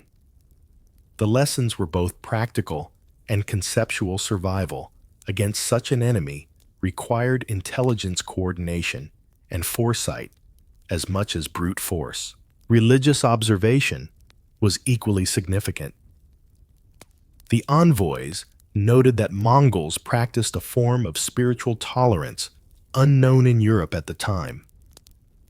Multiple religions coexisted within their empire. Shamanism, Buddhism, Christianity, Islam, all observed with a pragmatic acceptance that reinforced social cohesion rather than fragmenting it. For Europeans, accustomed to religious homogeneity enforced by political and spiritual authority, this tolerance was at once perplexing and instructive. It revealed that the Mongols' strength was not only in their armies, but in the organization of society itself, a system that balanced law, loyalty, and flexibility to maintain control over diverse peoples. These journeys, perilous and often exhausting, also exposed the envoys to the vastness of Eurasia, reshaping European conceptions of geography. Rivers, mountains, deserts, and endless plains were no longer abstractions on maps. They were lived realities that influenced politics, logistics, and military strategy. The envoys' meticulous notes allowed Europe to begin visualizing the world beyond its borders with unprecedented detail. Europe, previously insular and limited by its own political boundaries, began to comprehend that the continent existed within a larger network of civilizations, each with its own strategies, strengths, and vulnerabilities. Upon their return, the envoys' accounts carried dual messages. The Mongols were a terrifying military power, but they were also a society governed by principles that could be studied, understood, and perhaps anticipated. Europe began to record these lessons systematically. Military manuals incorporated observations of Mongol tactics. Political treatises discussed their meritocratic governance and law-based cohesion. And diplomats were trained to navigate unfamiliar cultural frameworks. The Mongols had inadvertently taught Europe the value of systematic observation, strategic analysis, and adaptation in the face of a seemingly incomprehensible foe. The missions also highlighted the importance of intelligence in European military thinking. Reports of Mongol movements, supply chains, and army composition became as crucial as the numbers of knights or fortifications. Europe slowly internalized the idea that warfare was not merely a contest of valor, but a discipline requiring planning, reconnaissance, and anticipation of the enemy's strategy. This realization marked a shift in European military doctrine.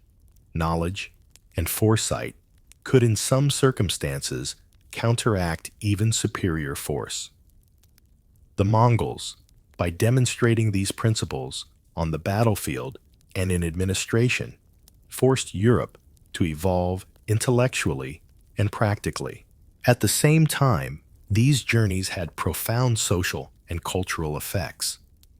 Scholars, chroniclers, and clerics began to study the envoys' reports not only as records of military power, but as ethnographic and political treatises. Maps were redrawn to reflect new knowledge. Letters and chronicles circulated widely, influencing policy and inspiring a curiosity that transcended fear. Europe's engagement with the Mongols became a catalyst for the expansion of knowledge, shaping the continent's intellectual, military, and political development for generations to come. The papal missions also fostered an emerging sense of European identity. Confronted with an enemy so distant and powerful, Europe began to see itself as a collective, if loosely connected entity. Local rivalries were re-examined in light of a threat that transcended borders, compelling leaders to cooperate strategically, share intelligence, and consider coordinated defenses. The Mongols, though, geographically removed from most of the continent, became a unifying presence in European consciousness, both feared and studied, shaping collective awareness in unprecedented ways. Crucially, these missions underscored the limits of Europe's existing knowledge and preparedness. The envoys returned with detailed information, yet implementing their lessons required reform, coordination, and political will. Feudal armies were slow to adapt, communication networks remained limited, and entrenched social hierarchies resisted rapid change. Nevertheless, the experience planted the seeds of reform. Europe began to contemplate mobility, reconnaissance, intelligence gathering, and the integration of knowledge into strategy. The Mongols had not merely threatened Europe, they had accelerated its evolution, challenging assumptions and catalyzing adaptation at multiple levels. Even ordinary Europeans felt the ripple effects. Tales of distant lands, disciplined armies, and efficient governance reached towns and villages, inspiring both fear and curiosity. Trade routes shifted, fortifications were reconsidered, and communities became more vigilant. The Mongols, for all their physical absence from Western Europe, influenced thought, policy, and daily life. Knowledge became a form of protection. Observation, analysis, and adaptation were elevated as instruments of survival. The continent was learning to navigate a world larger, faster, and more interconnected than previously imagined. By the end of these papal missions, Europe had achieved a subtle but profound transformation. The continent had gained more than intelligence about Mongol armies. It had gained insight into organization, governance, diplomacy, and cultural diversity. The envoys' journeys illuminated strategies of survival, offering lessons in mobility planning and flexibility. Europe, though still vulnerable and fragmented, had begun to think differently about threats, power, and its place in a wider world. The Mongols had arrived as invaders, but they departed leaving a legacy of knowledge, strategic awareness, and diplomatic curiosity that would shape European development for decades to come. The papal missions marked a turning point in European history. They demonstrated that even in the face of overwhelming fear and destruction, knowledge could be a weapon as powerful as any sword. They encouraged systematic observation, rigorous documentation, and intellectual engagement with the unknown. Above all, they taught Europe that survival depended not solely on force, but on understanding the broader patterns of power, movement, and society. The Mongols, through conquest and the very existence of their empire, had compelled Europe to expand its vision, preparing it for challenges both present and future. And so, As envoys returned, with reports in hand, Europe began a cautious transformation. Fortifications were reconsidered armies trained for mobility and intelligence gathering institutionalized. Diplomatic channels were extended further than ever before, and scholars recorded insights that would influence both thought and policy. The Mongols had taught a continent that the world was larger, stranger, and more disciplined than it had previously imagined, and that Europe's survival depended on its ability to learn, adapt, and respond to forces that defied conventional understanding. The arrival of news from the East rippled across Europe like a storm wave breaking against a coastline long accustomed to calm. Chronicles, letters, and first-hand reports described armies moving with a speed and precision that rendered Europe's traditional military structures almost obsolete. Knights in shining armor, once the backbone of warfare, now seemed cumbersome and slow. Castles once impregnable bastions could be bypassed or surrounded with alarming efficiency. Europe's understanding of war, the rituals, hierarchies, and strategies honed over centuries, was suddenly inadequate in the face of a foe who had turned mobility, coordination, and intelligence into instruments of devastating power. The first shock waves reached the courts and training fields where nobles and commanders gathered. Defensive strategies that had once relied on walls, moats, and heavily armored cavalry needed reconsideration. Reports from Hungary and Poland demonstrated that static fortifications, though impressive, could not alone halt an enemy who moved faster than the eye could track, and whose tactics exploited psychological as well as physical vulnerabilities. European armies were forced to confront a sobering truth: courage, valor, and brute strength alone were insufficient in the age of the Mongols. Adaptation became not a choice, but a necessity. Armies began to experiment with lighter cavalry, faster units capable of reconnaissance and rapid response.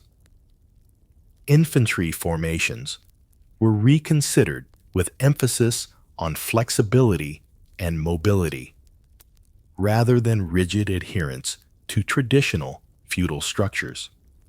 Archers and crossbowmen became more strategically deployed, their role in harassing, delaying, or disrupting enemy formations recognized as essential.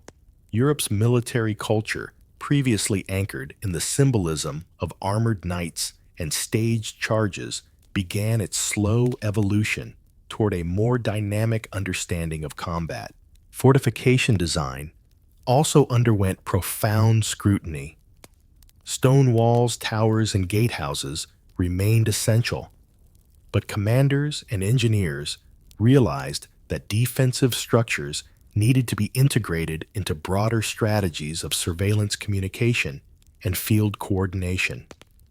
European towns and cities began to consider the necessity of outlying observation posts, signaling systems, and rapid response garrisons. The Mongols, by demonstrating the importance of speed, coordination, and intelligence, had indirectly become instructors in European defensive architecture and strategy. The shockwaves extended beyond the battlefield into political and social structures. Feudal lords accustomed to relying on personal retinues and the levies of vassals faced the necessity of coordinating with neighboring territories. The threat of an enemy capable of bypassing borders and defeating isolated forces forced rulers to consider alliances, joint mobilizations, and regional planning on a scale previously unimaginable. Europe, long fragmented into petty kingdoms and duchies, was beginning to conceive of coordinated defense as a strategic imperative rather than a mere luxury. Training discipline and intelligence gathering gained new prominence. European commanders sent scouts and messengers to observe potential Mongol tactics, studying not just movements, but patterns, supply lines, and communication methods.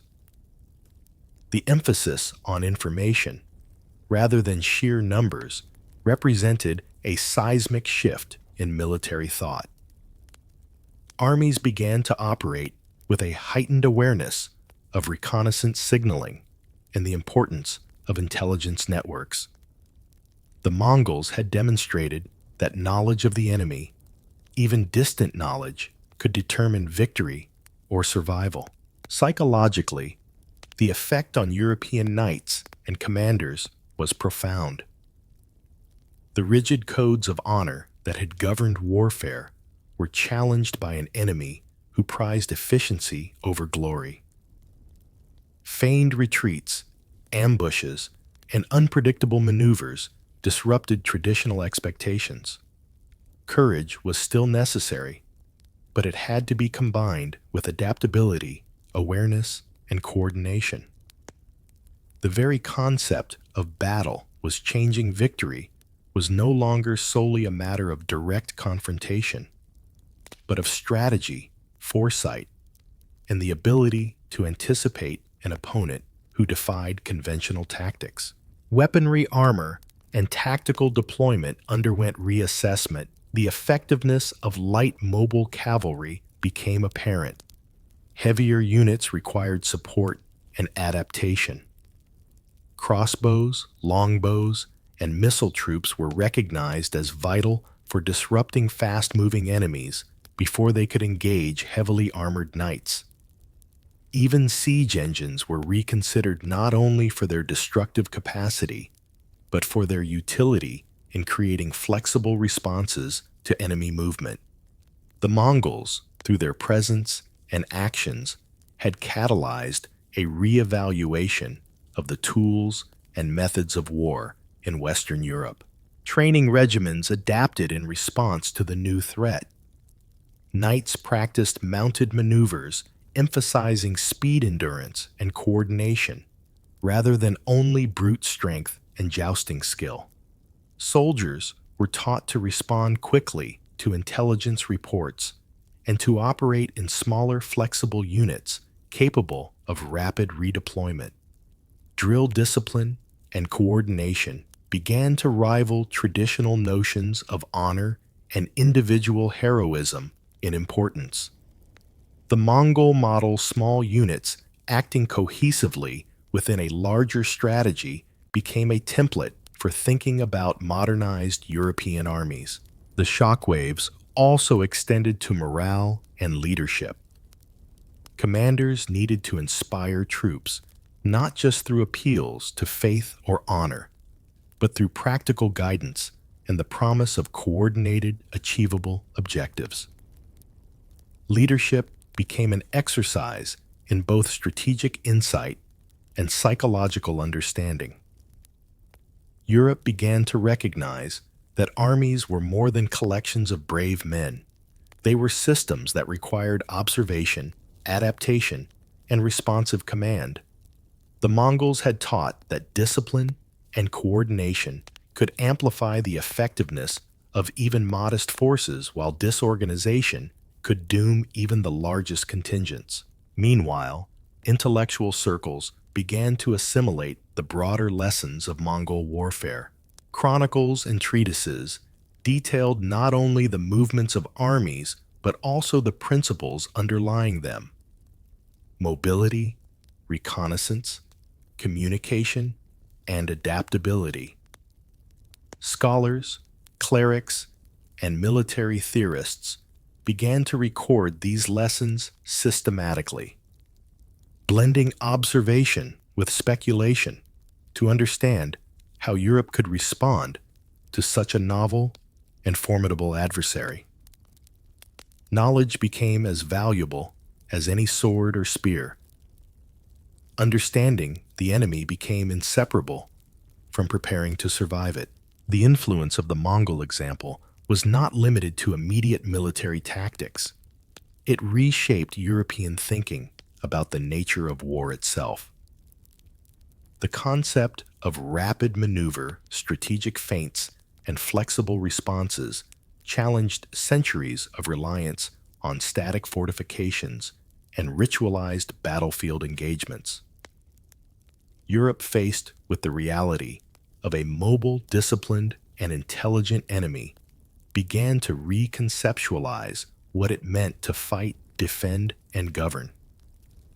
The lessons were subtle, but profound, touching on psychology, logistics, and strategy as much as on the mechanics of combat.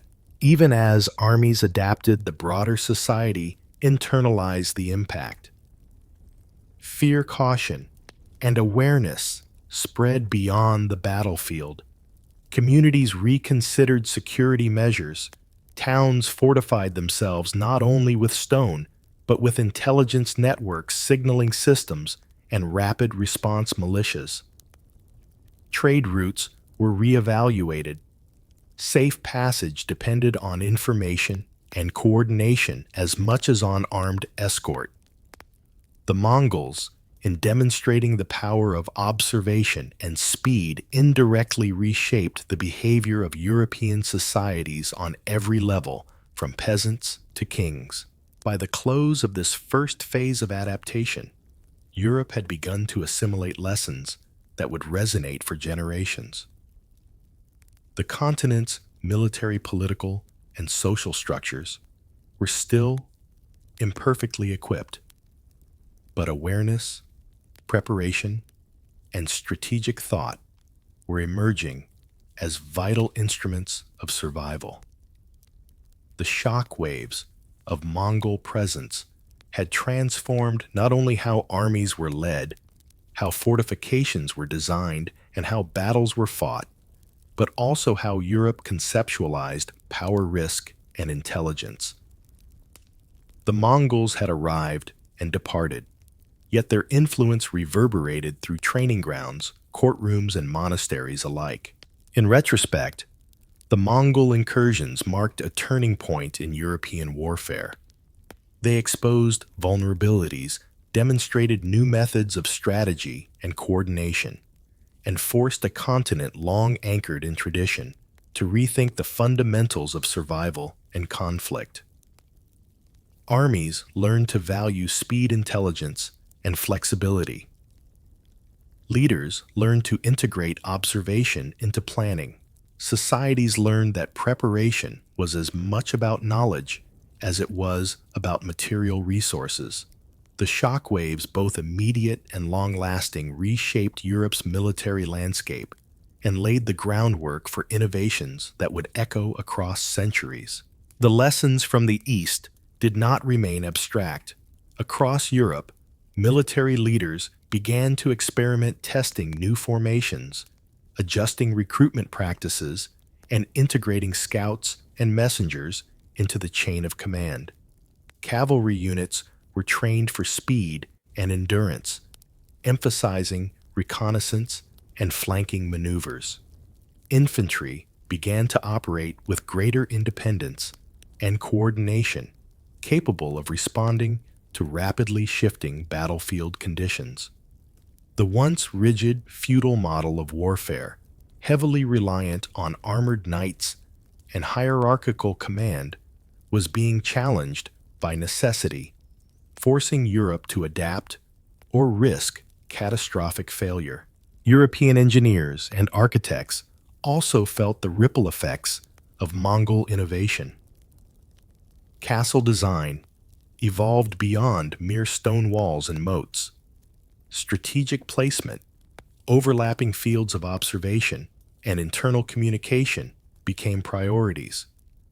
Towers and bastions were redesigned to accommodate archers and lookouts who could monitor distant approaches. Gatehouses were strengthened, but also integrated into wider defensive networks, capable of rapid response to signals from the surrounding landscape.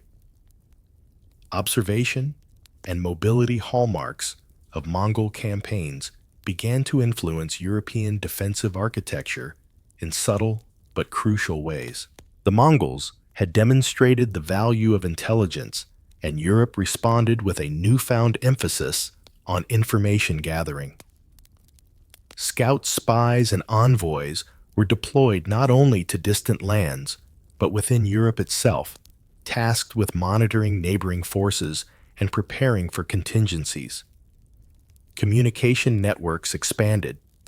Messages traveled along established routes with increased speed and reliability. Leaders began to recognize that victory was not solely determined on the battlefield, but in the anticipation of enemy movements and intentions. The Mongols, through their disciplined observation and coordination, had transformed warfare into a game of knowledge as much as strength. The psychological dimension of warfare also shifted. Commanders learned that flexibility, deception, and anticipation were as important as valor and brute force. Reports of feigned retreats and ambushes inspired tactical innovation, forcing knights and foot soldiers to think beyond traditional codes of engagement. Discipline became central. Undisciplined bravery was no longer enough. The Mongols had shown that control coordination and the capacity to respond rapidly to changing conditions could overcome even the most heavily armored forces. European armies began to internalize these lessons, slowly transforming their approach to combat. Moreover, the shock waves of Mongol influence were not confined to formal armies. Peasants, townsfolk, and mercenaries alike felt the impact.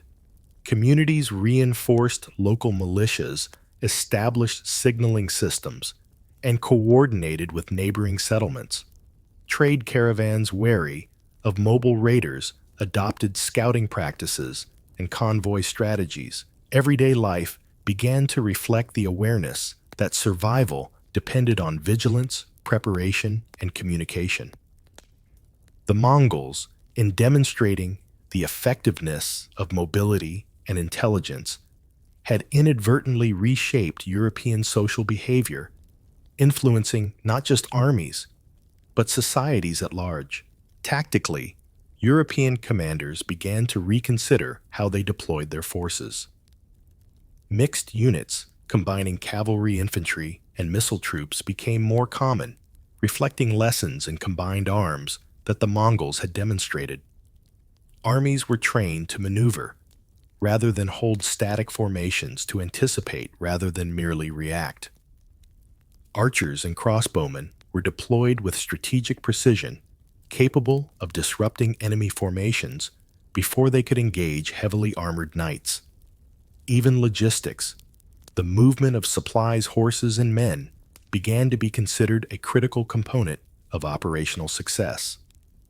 The Mongol emphasis on preparation and coordination had created a new benchmark for European military thought. The influence extended into leadership and governance as well.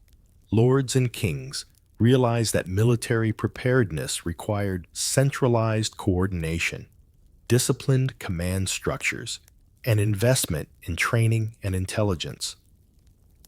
Feudal rivalries were tempered by the recognition that fragmentation could lead to disaster in the face of a fast-moving, coordinated adversary.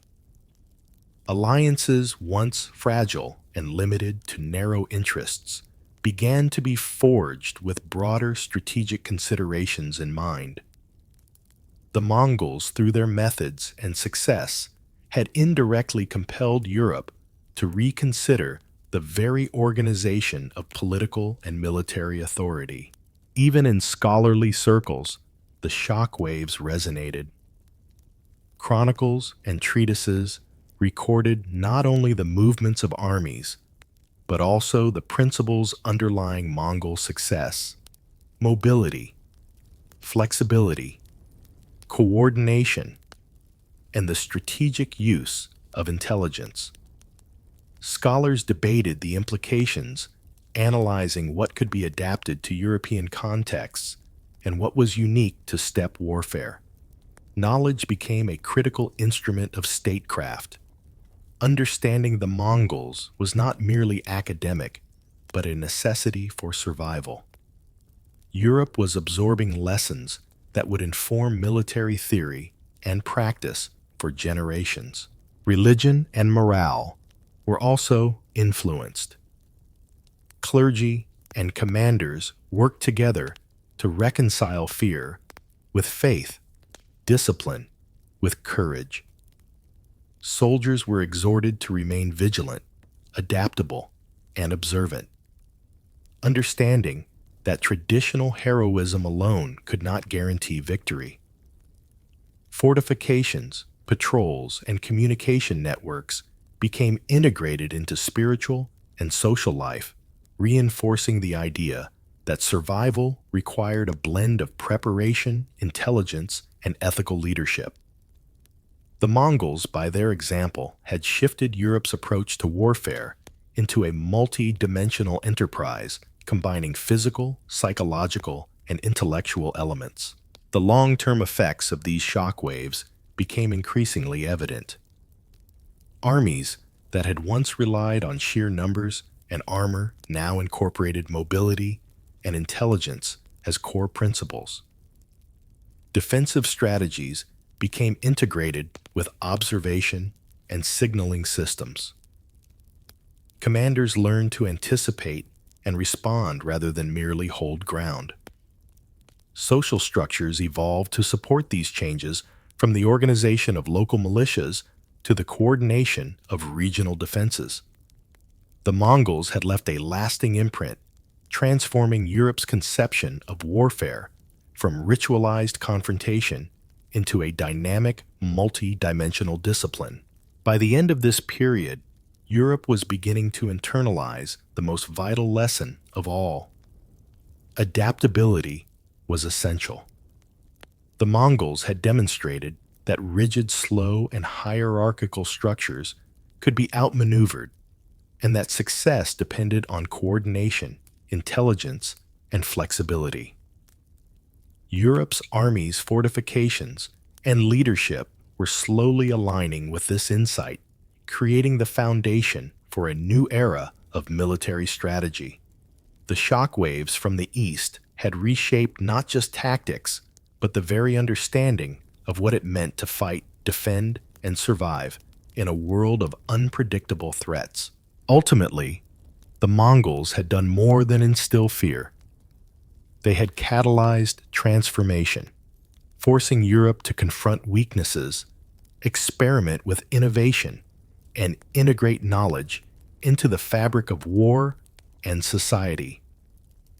Cavalry units, fortresses, communication networks, and even political alliances were evolving under the pressure of lessons learned from distant steppes. Europe, once confident in the supremacy of its traditional methods, was beginning to embrace mobility, intelligence, and foresight as indispensable instruments of survival. The shock waves of Mongol influence reverberated across generations, setting the stage for a continent that could think, adapt, and endure in ways previously unimagined. The Mongol threat did not merely alter armies and fortifications. It reshaped the very political landscape of Europe. Fear, that silent and pervasive force, crept into courts and council chambers, influencing decisions, alliances, and policies.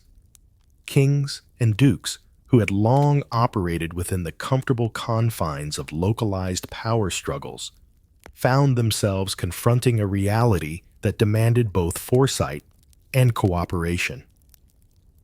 The Mongols, even when absent from Western Europe, had become a catalyst for political recalibration, compelling rulers to reconsider the distribution of power and the nature of governance. The first and most immediate effect was centralization.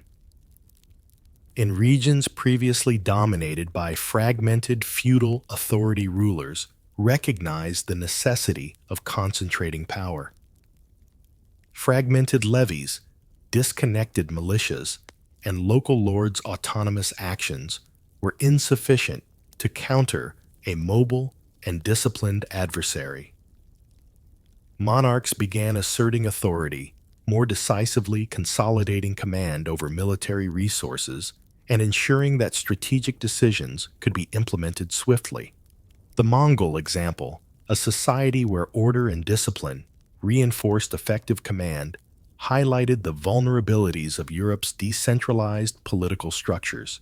This centralization extended beyond military matters. Taxation, resource allocation, and administrative oversight became instruments of preparedness. Kings demanded greater efficiency from their treasuries, restructuring collection systems to ensure that troops could be maintained and provisions stockpiled in times of crisis. Nobles were compelled to report on resources, muster forces, and adhere to standardized procedures. The Mongol influence was subtle yet pervasive. Europe was beginning to understand that governance, like warfare, required foresight, coordination, and the capacity to respond rapidly to unforeseen threats. Temporary alliances also emerged in response to the perceived danger. Rivalries, centuries in the making, were tempered by the recognition that survival sometimes demanded cooperation. Princes who had once viewed each other as enemies now engaged in cautious collaboration, exchanging intelligence, coordinating patrols, and even negotiating joint defensive measures.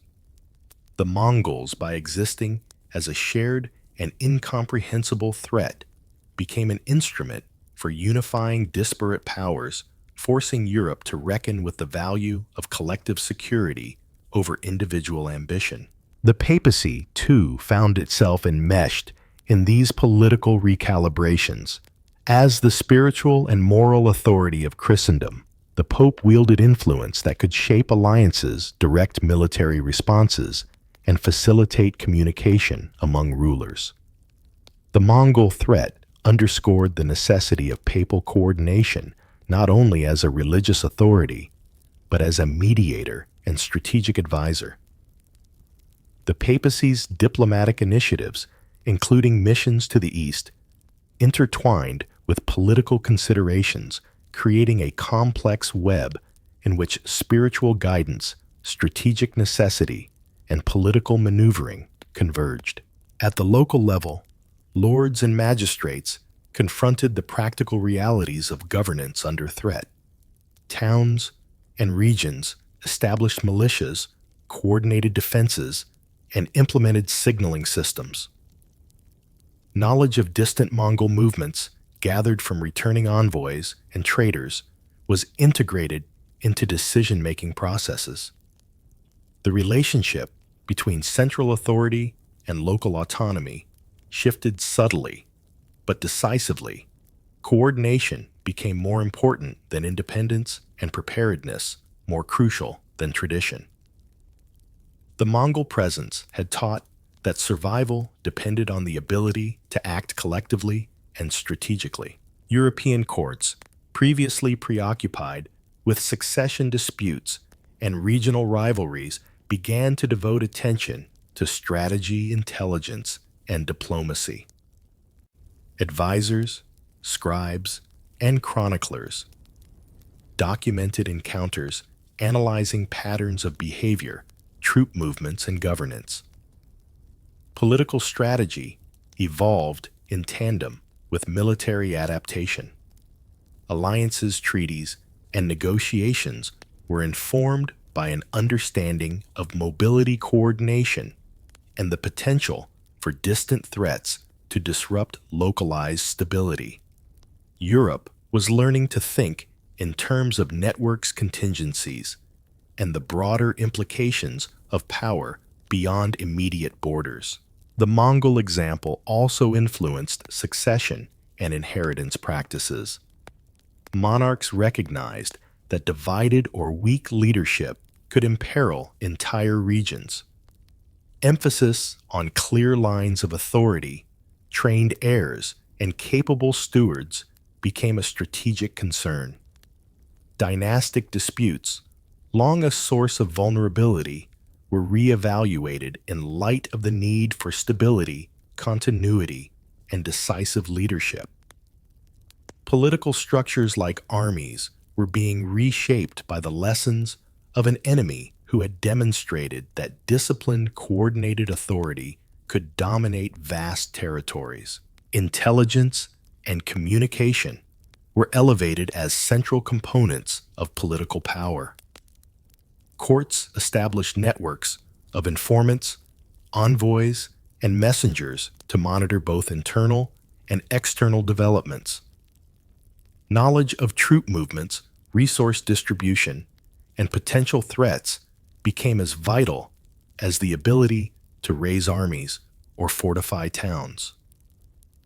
The Mongols, with their sophisticated systems of communication and surveillance, had revealed a dimension of power previously unexamined by European rulers.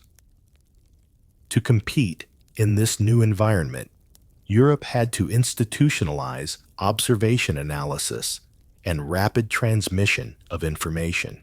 The psychological effect of the Mongols also reshaped governance.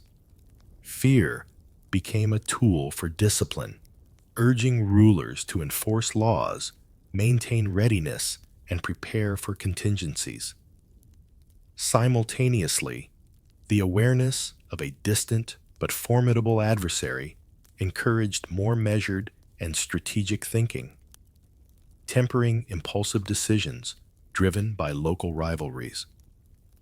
Courts became sites of strategic deliberation, blending prudence with ambition, and recognizing that survival required planning across time-space and political boundaries. Europe, in a sense, had begun to internalize the Mongol approach to strategy at a structural level. Trade and economic policy were likewise affected. Political leaders understood that economic strength was inseparable from defense and preparedness. Merchants, caravans, and markets were integrated into regional planning, ensuring that resources could be mobilized quickly in times of crisis. The Mongols, who had maintained long-distance trade networks across the steppe, demonstrated that economic infrastructure and governance were intertwined with military capacity. Europe began to observe, adapt, and experiment, laying the groundwork for more coordinated and resilient systems of trade and taxation. The Mongol threat also forced rulers to confront the limits of their own societies. The efficiency, discipline, and coordination observed in Mongol campaigns highlighted deficiencies in Europe's political and social structures. Nobles' towns and monarchs all faced the realization that fragmented authority and inconsistent policies could lead to disaster. In response, reforms were cautiously introduced. Centralized administration, standardized levies, coordinated intelligence, and strategic alliances became essential elements of governance. Europe, often slow to change, was compelled to evolve under pressure. By the end of this first phase of political adaptation, Europe had already begun to transform. The Mongols, despite their physical distance, had altered the balance of power, the conduct of diplomacy, and the principles of leadership. Kings and princes, lords and magistrates all recognized that coordination, centralization, and foresight were no longer optional. Fear had catalyzed strategy. Terror had prompted reform. In observing the distant conquerors, Europe glimpsed both vulnerability and potential understanding that survival required both adaptation and imagination. The continent was now entering a period in which political decisions were inseparable from military realities. Alliances were formed with consideration of strategic mobility. Taxation and resource management were tied to defensive needs. Leadership was evaluated not only for lineage, but for competence and foresight. The Mongols, as both threat and model, had reshaped the thinking of Christendom. Europe was no longer simply a collection of rival fiefdoms. It was slowly becoming a system capable of strategic cooperation, intellectual observation, and adaptive governance, prepared at least partially for challenges that lay far beyond its borders. As Europe absorbed the lessons of the Mongol threat, the subtler dimensions of power began to assert themselves. Nobles and monarchs, once preoccupied with personal prestige and dynastic disputes, were forced to consider collective survival. Coordination was no longer a theoretical advantage, it was a necessity. Councils convened not merely to celebrate victories or settle quarrels, but to plan for contingencies, to examine intelligence, and to prepare for possibilities that might emerge from the distant east. Strategy and foresight became integral to governance, threading through every level of leadership, from the king's court to the smallest local lordship. The Mongol incursions also prompted re-evaluation of feudal obligations. Lords discovered that reliance on fragmented, individually motivated levies could no longer guarantee survival. Military service had to be coordinated, disciplined, and strategically deployed. Europe's decentralized system, so long a source of both resilience and weakness, was tested in unprecedented ways. Monarchs increasingly asserted authority over recruitment, training, and deployment, recognizing that effectiveness depended on cohesion rather than individual valor alone. Hierarchical command became essential not for prestige, but for the preservation of territory and population. Diplomacy, too, evolved under this pressure. Treaties and alliances were increasingly crafted with an eye toward the Mongol threat, even if the armies of the steppes never set foot west of the Carpathians again. Diplomatic channels, expanded envoys, carried intelligence and correspondence, detailed both immediate concerns and potential strategic responses. Europe began to operate with a sense of global awareness, its leaders acknowledging that distant powers could influence local survival. The Mongols, in demonstrating the reach and impact of coordinated power, had indirectly internationalized European political thought. Fear also became a tool of governance. Monarchs used the specter of Mongol invasion to justify reforms, centralize authority, and enforce discipline. The threat was abstract, yet pervasive, motivating the consolidation of power, the codification of laws, and the standardization of military obligations. Political authority, once contingent on tradition or personal influence, began to assert itself more decisively in defense of collective security. Europe's response was as much psychological as it was administrative. Fear inspired both vigilance and innovation. Economics and logistics intertwined with politics in unprecedented ways. The Mongols had demonstrated that organized supply chains, communication networks, and resource management were critical to sustaining large forces across vast territories. European rulers began to recognize that trade, taxation, and infrastructure were inseparable from military capacity. Roads, granaries, and towns were not merely commercial assets, they were strategic nodes. Investment in economic organization became a form of political foresight, a preparation for threats that could arrive suddenly and devastate unprepared regions. The Mongols' indirect influence extended to law and administration. Courts were reformed, records centralized, and oversight expanded. Nobles were held accountable for military and economic contributions.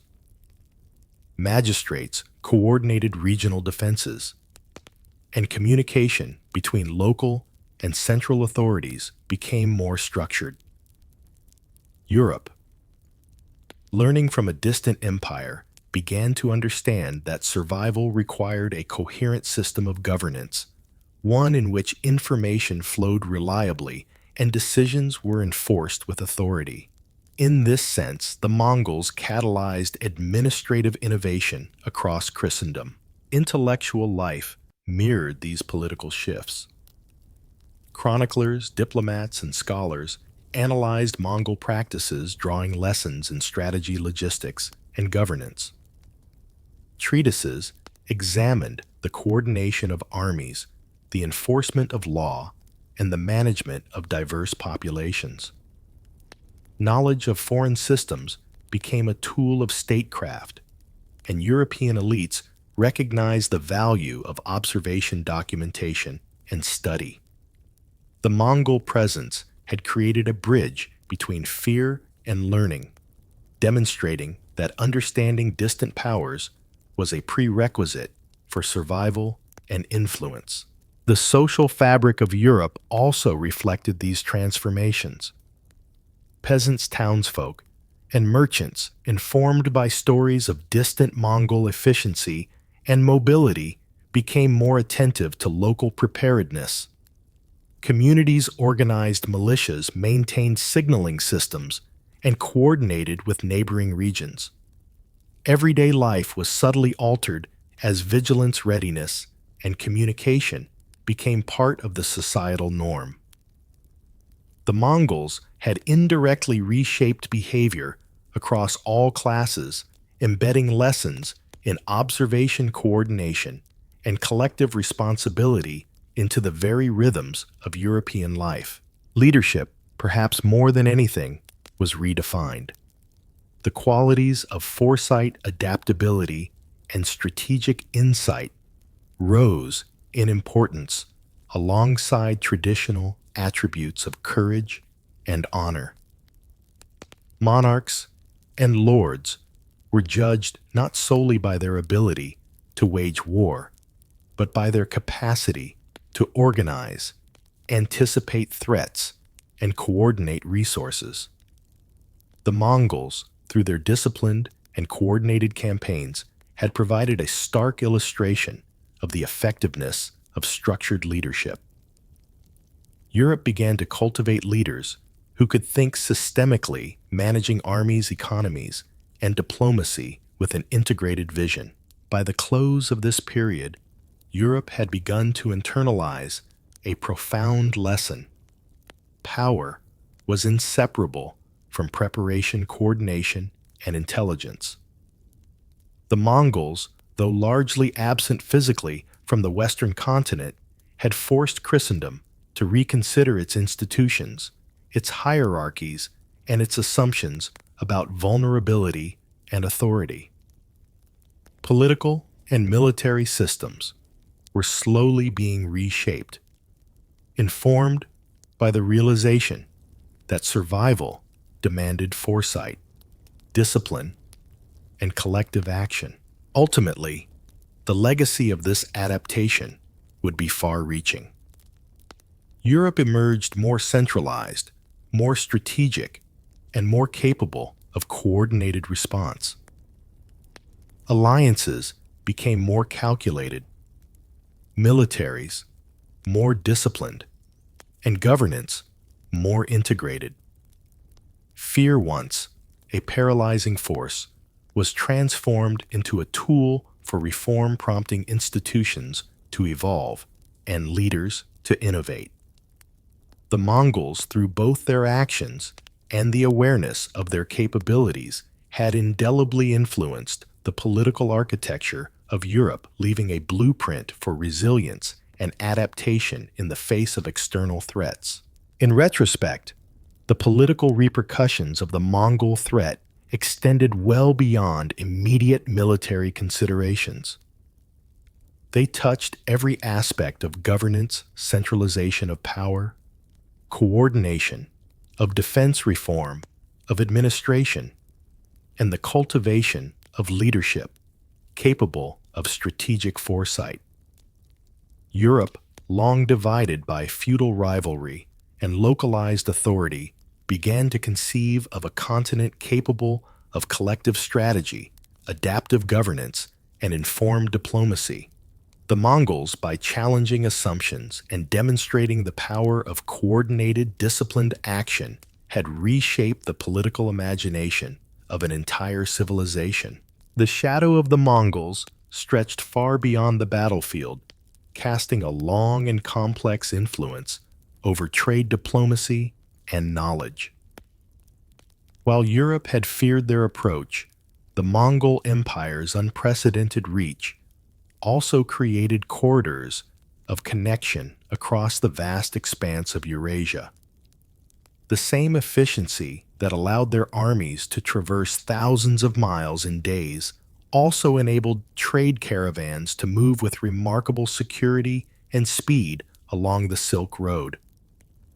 Goods, ideas, and innovations flowed along these routes in ways Europe had scarcely imagined. Merchants were the first to perceive the opportunity hidden within this vast network. Spices, silks, precious metals, and exotic commodities, once rare and prohibitively expensive, began to move with relative regularity into European markets.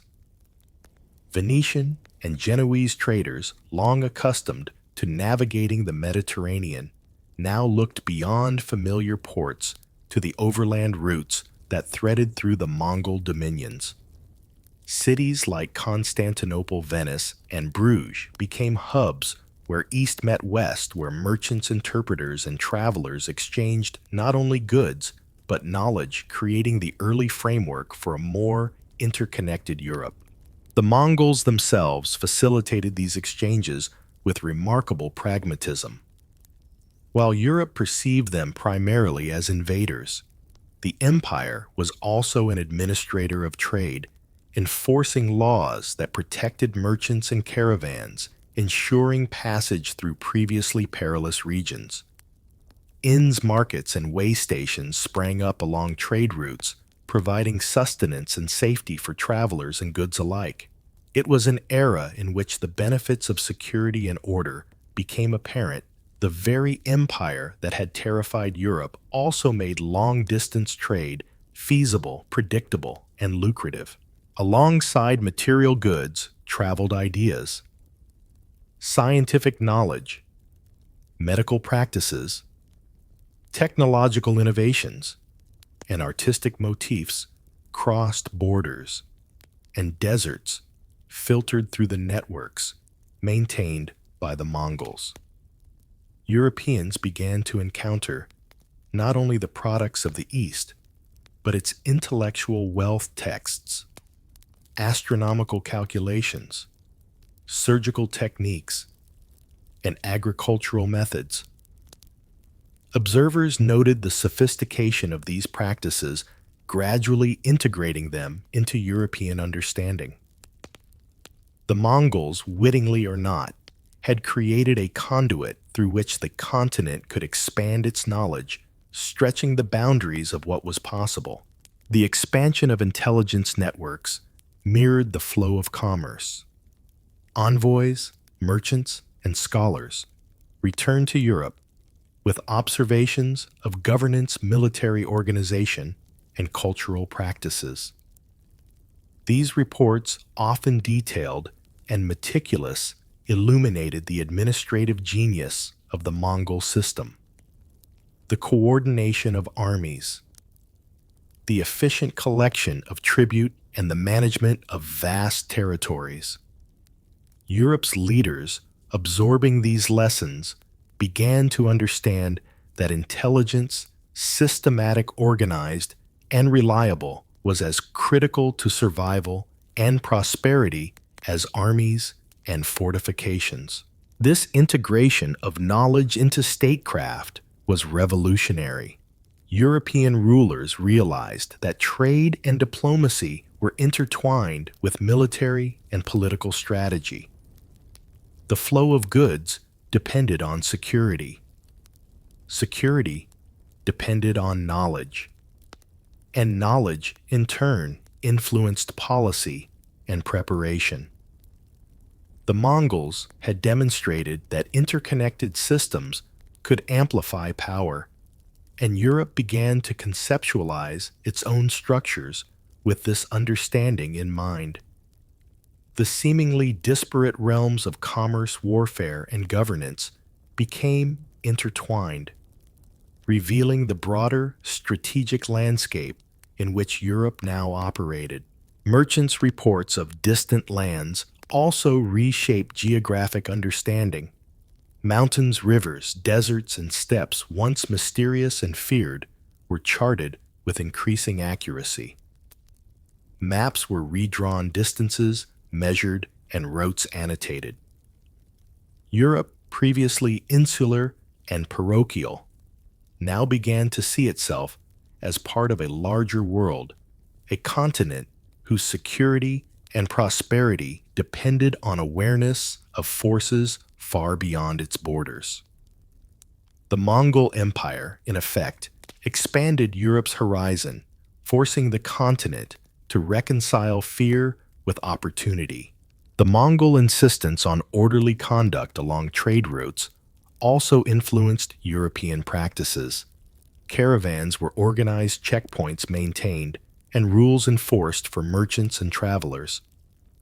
Europe, accustomed to localized and often fragmented trade systems, observed the benefits of predictability and regulation. The empire's emphasis on communication and oversight demonstrated that large-scale commerce required not only goods, but systems of governance to protect and coordinate the movement of resources. These lessons would echo in European trade networks for centuries. Security along these routes was not absolute, but it was remarkable in comparison to previous standards.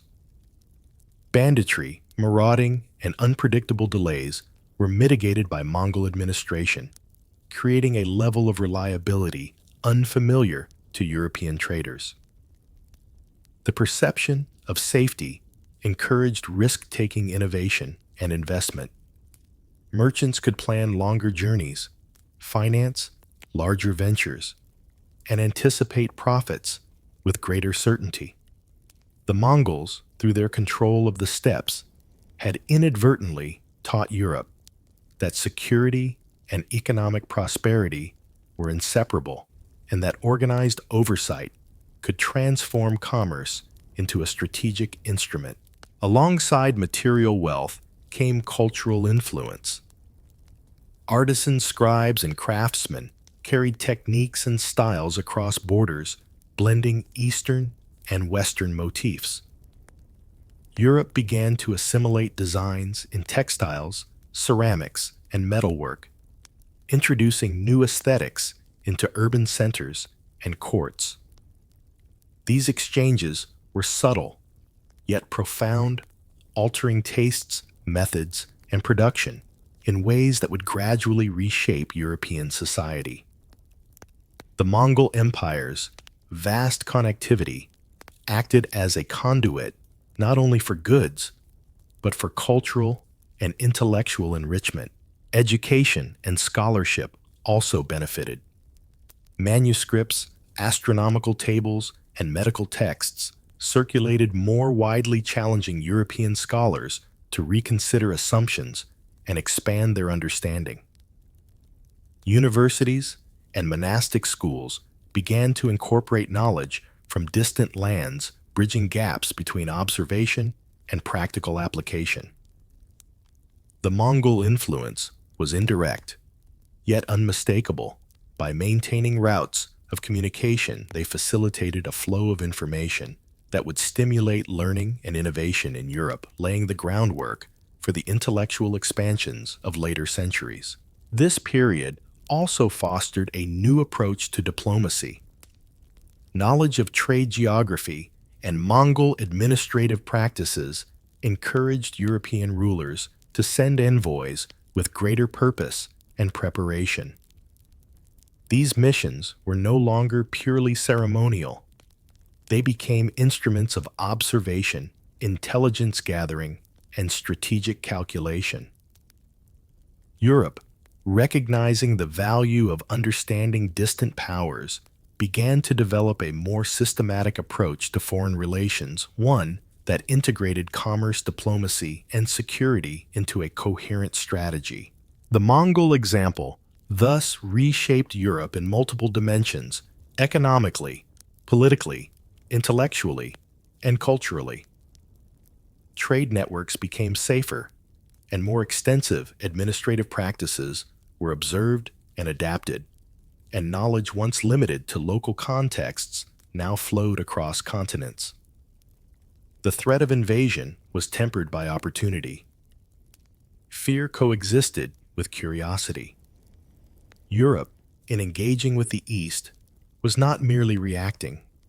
It was learning, adapting, and preparing for a future shaped by interconnected forces.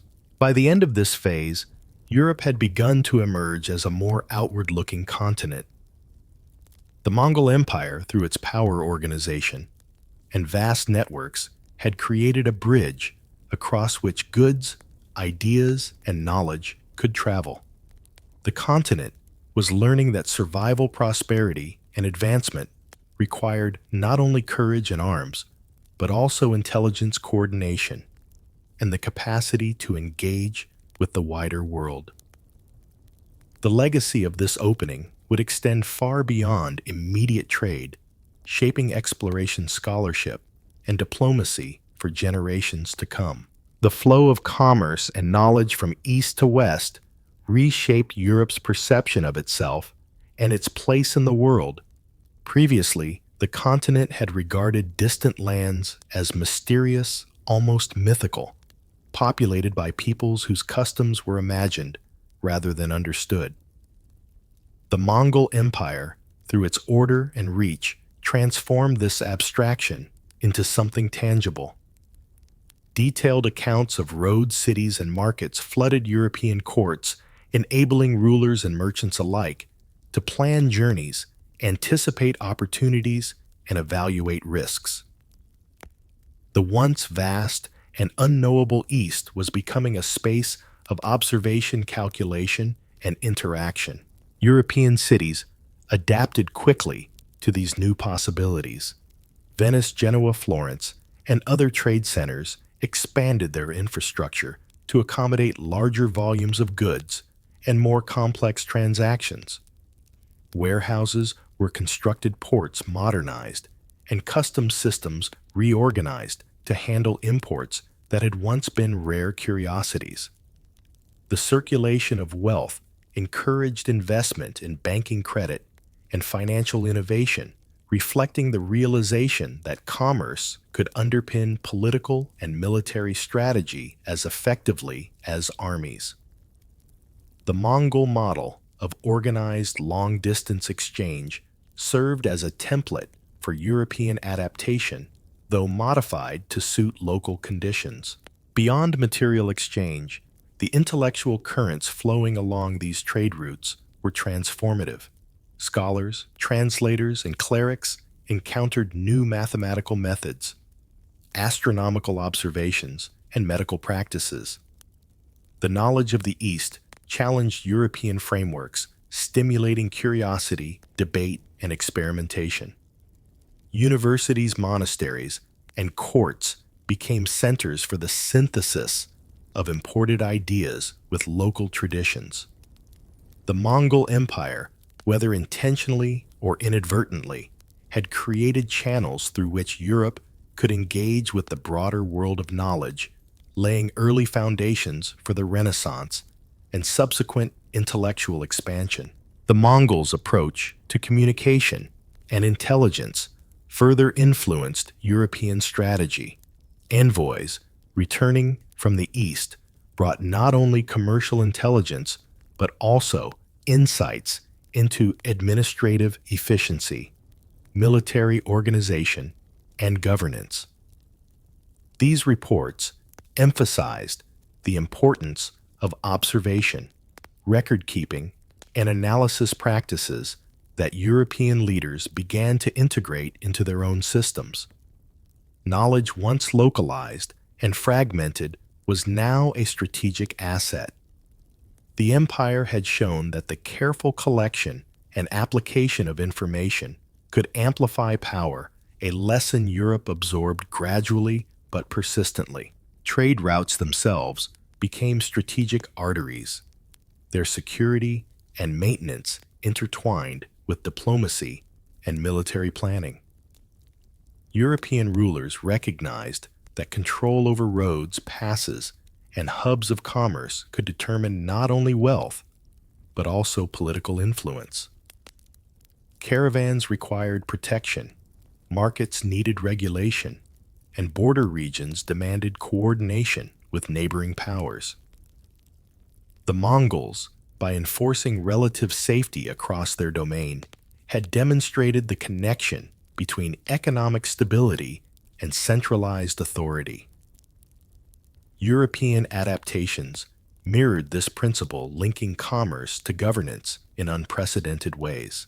Cultural exchange traveled alongside material goods.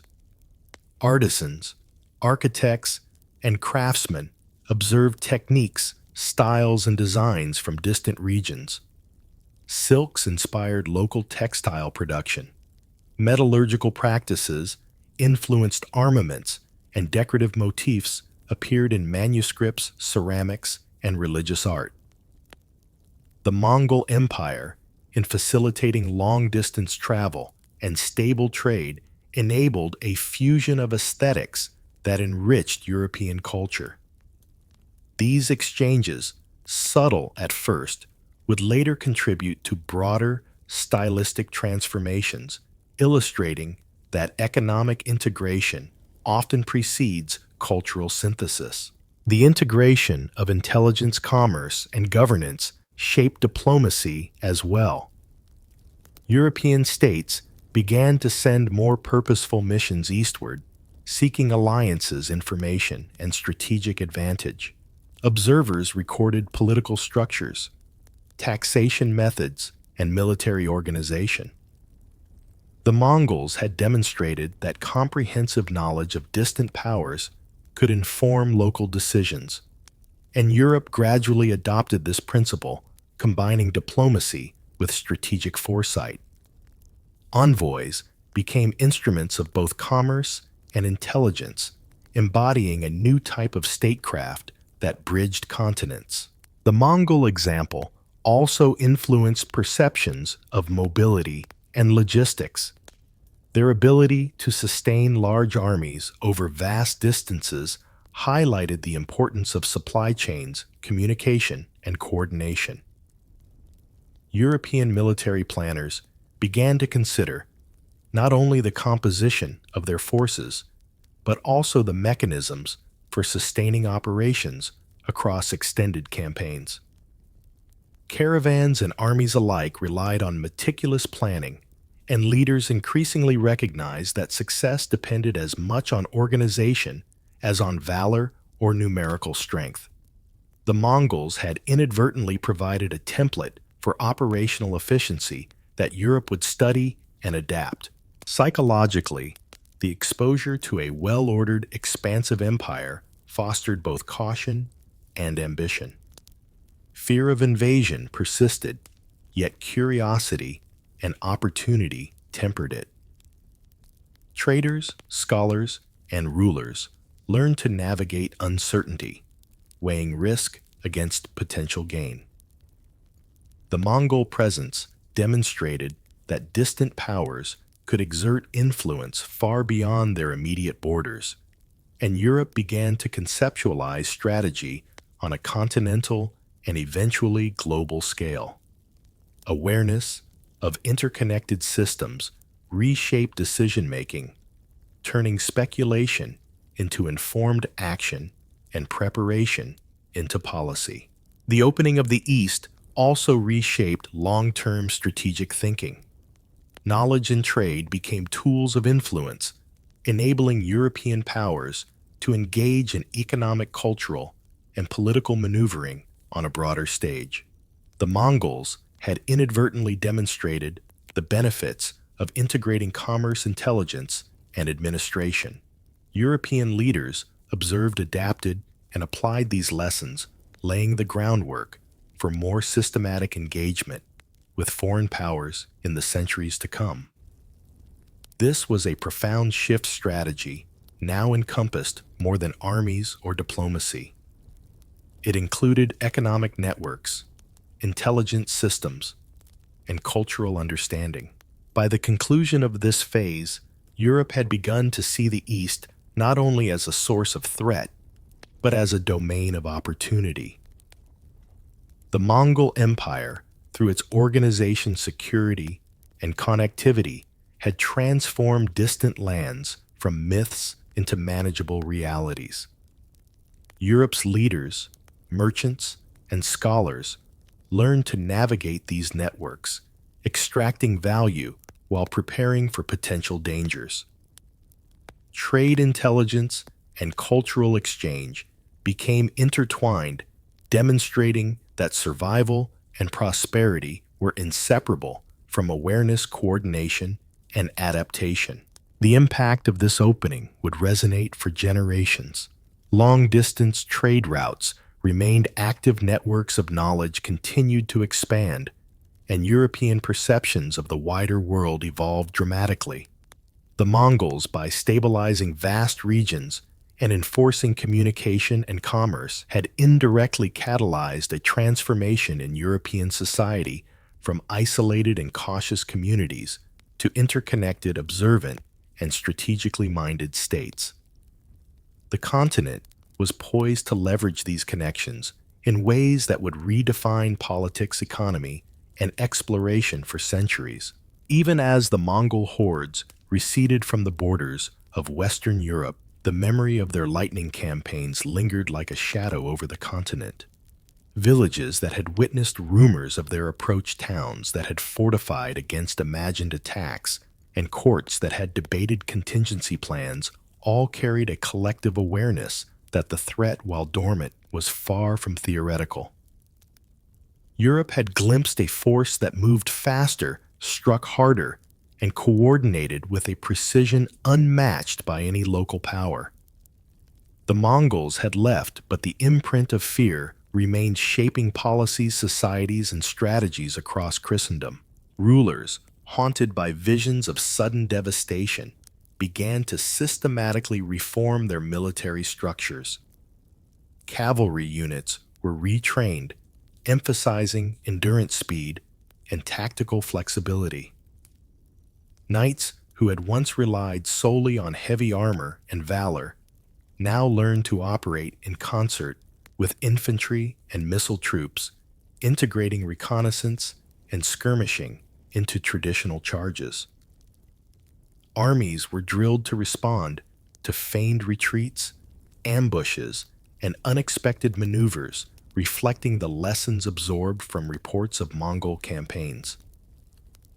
Disciplined coordination and adaptability replaced rigid adherence to outdated codes of engagement. Fortifications became more than static symbols of power. They were strategic instruments of defense. Towns expanded walls, reinforced gatehouses, and restructured towers to accommodate multiple layers of defense.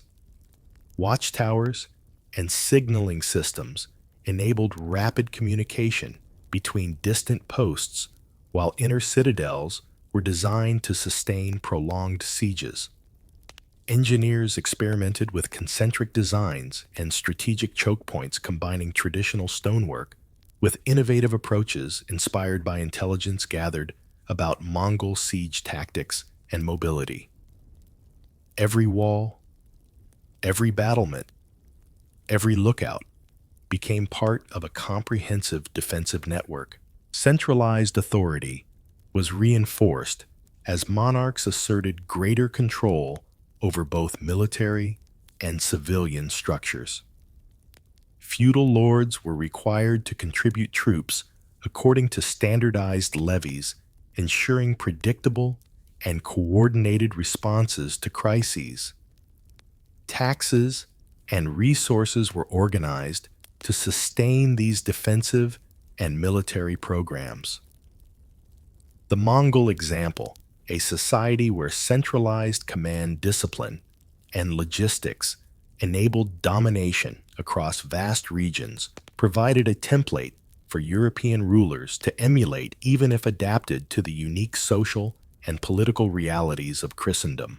Intelligence became a cornerstone of policy. Scouts, envoys, and informants were deployed across borders and within kingdoms to monitor potential threats. Couriers maintained lines of communication that allowed rapid dissemination of information, enabling monarchs to act swiftly in response to emerging dangers. The Mongols had demonstrated that knowledge of the enemy, combined with mobility and coordination, was often more decisive than sheer numbers. European states, once reactive and insular, began to institutionalize observation as a strategic imperative. The fear instilled by the Mongols extended to the social and civic levels as well. Communities organized local militias and watch systems training townsfolk to respond to incursions and emergencies. Signal fires, messenger networks, and local patrols became commonplace in areas near vulnerable frontiers. Even regions that had never directly faced Mongol armies adopted these measures, understanding that preparedness was not optional. It was essential. Fear had become a motivator for resilience, transforming the habits and practices of daily life across diverse strata of society.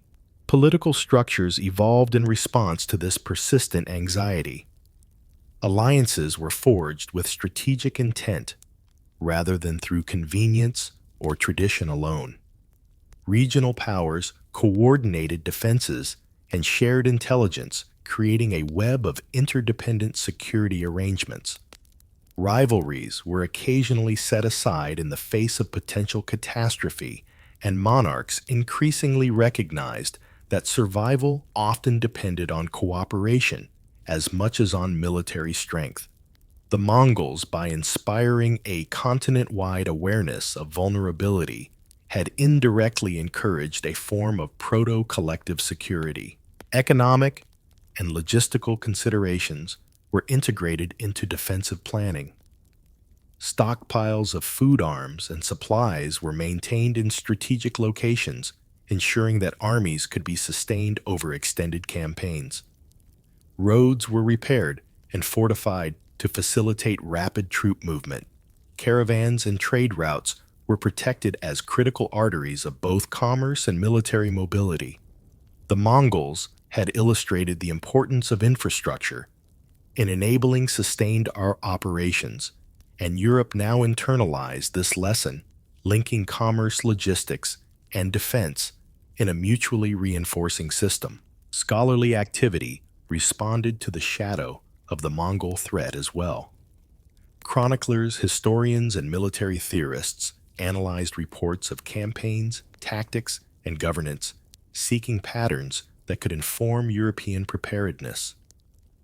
Treatises on strategy emphasized flexibility, reconnaissance, and coordination, reflecting a nuanced understanding of threats that were dynamic, unpredictable, and capable of exploiting weaknesses in traditional formations. Knowledge codified and disseminated became as vital a weapon as the sword or the bow. Psychological readiness was equally critical. Soldiers and civilians alike were taught to anticipate, adapt, and remain vigilant. The Mongols had demonstrated that speed, surprise, and discipline could overwhelm even the most formidable fortifications. European leaders encouraged a mindset in which anticipation and preparation were central, blending courage with prudence. Military manuals, instructions for town defenses, and advisory documents emphasized foresight, adaptability, and the systematic use of intelligence. Fear, transformed into preparation, became a tool for collective resilience. Technological and tactical innovation accelerated under this pressure. The threat of highly mobile adversaries encouraged experimentation with new weapons armor and formations. Archers and crossbowmen were integrated more effectively with cavalry. Fortifications were reinforced and redesigned. Signaling techniques and early warning systems were refined. Military science, once heavily reliant on inherited practices and tradition, began to embrace observation, adaptation, and iterative improvement. The Mongols, without intending to, had catalyzed a renaissance of strategic thinking within Europe. By the end of this first phase of preparation, Europe had become markedly more resilient. Military, political, and civic systems were recalibrated to respond to sudden threats, even those originating far beyond immediate borders. Lessons learned from distant steppes, though, filtered through fear and rumor, had been codified into practice. Europe was no longer a patchwork of isolated fiefdoms, but a continent gradually capable of coordinated response, integrating knowledge, logistics, and strategy across multiple levels of society. Yet the psychological impact persisted. Even as borders stabilized and armies grew stronger, the possibility of a Mongol return influenced policy and planning for generations. Monarchs continued to invest in fortifications, training, and intelligence networks. Nobles and towns remained vigilant, aware that the world beyond the horizon could deliver sudden disruption. Fear, once a source of paralysis, had been transformed into a structured, purposeful energy that guided the evolution of military doctrine, governance, and society at large. The memory of the Mongols had become a strategic inheritance, shaping Europe's approach to survival and power in ways both tangible and enduring. In retrospect, this legacy of fear was paradoxically constructive. The threat had forced innovation, coordination, and adaptation, accelerating developments that might have otherwise taken centuries to materialize. Armies became more flexible fortresses, more sophisticated, and governments more centralized and responsive. Trade communication and diplomacy were conducted with strategic awareness, reflecting lessons learned from observing and fearing the Mongol approach. Europe's preparedness was a direct consequence of a civilization confronting its vulnerabilities, integrating experience into long-term strategy, and embracing adaptation as a necessity. As this transformation unfolded, Europe emerged stronger, more coordinated, and more strategically aware than before. The Mongols, through the very act of their absence, had instilled lessons in vigilance, adaptability, and foresight that permeated armies, courts, and communities alike. Fear translated into preparation and learning became a driver of resilience. The continent, poised on the threshold of new challenges, was now equipped with a framework to navigate uncertainty, manage risk, and respond decisively to threats visible or unseen. The shadow of the steppes lingered, but it no longer paralyzed. Instead, it guided Europe toward a new era of readiness structure and strategic sophistication. The measures Europe adopted in response to the Mongol specter were not merely defensive. They became instruments of policy, shaping power, authority, and society itself. Monarchs recognized that preparedness extended beyond armies and fortifications to encompass the organization of entire states. Military reforms were paired with administrative oversight, ensuring that resources could be mobilized efficiently. Nobles were increasingly accountable for levying troops, maintaining fortifications, and contributing to a network of readiness that spanned kingdoms. Coordination and accountability became the hallmarks of governance in a continent newly conscious of distant but deadly threats. Centralization of authority, once resisted by powerful lords jealously guarding autonomy, was now rationalized as necessity. Monarchs used the looming possibility of Mongol return to justify consolidating power, ensuring that strategic decisions could be executed swiftly and uniformly. The old patchwork of feudal obligations, often incoherent in the face of large-scale threats, was gradually restructured. Europe, by responding to fear with systematized governance, began to cultivate institutions capable of strategic coordination, foresight, and resilience, a legacy that would influence political evolution for centuries. The integration of intelligence into governance deepened. Couriers, scouts, and envoys were tasked with observing potential adversaries, documenting political and military conditions, and transmitting information to central authorities. These networks extended into borderlands, trade routes, and distant regions, creating a mosaic of situational awareness that was unprecedented in scale and sophistication. The Mongols had demonstrated the value of communication and information, and European states, through careful observation and adaptation, were embedding these principles into the very fabric of political strategy. Fortifications, while static, became instruments of adaptive thinking. Towns were redesigned to allow layered defense walls were interlinked with watchtowers, and signaling systems provided early warnings of approaching danger. The Mongol ability to traverse vast territories, quickly striking where least expected, had underscored the need for flexibility within static defenses. European engineers experimented with innovations to accommodate this, combining traditional masonry with new forms of strategic design. The lessons of mobility and unpredictability shaped architecture, turning fear into tangible measures of security. The psychological landscape of Europe shifted alongside structural reforms. The terror, inspired by Mongol campaigns, became a motivator for preparedness, but it also fostered a collective awareness of vulnerability and the need for vigilance. Communities were educated to respond proactively. Town militias, signaling protocols, and emergency coordination became standard practice.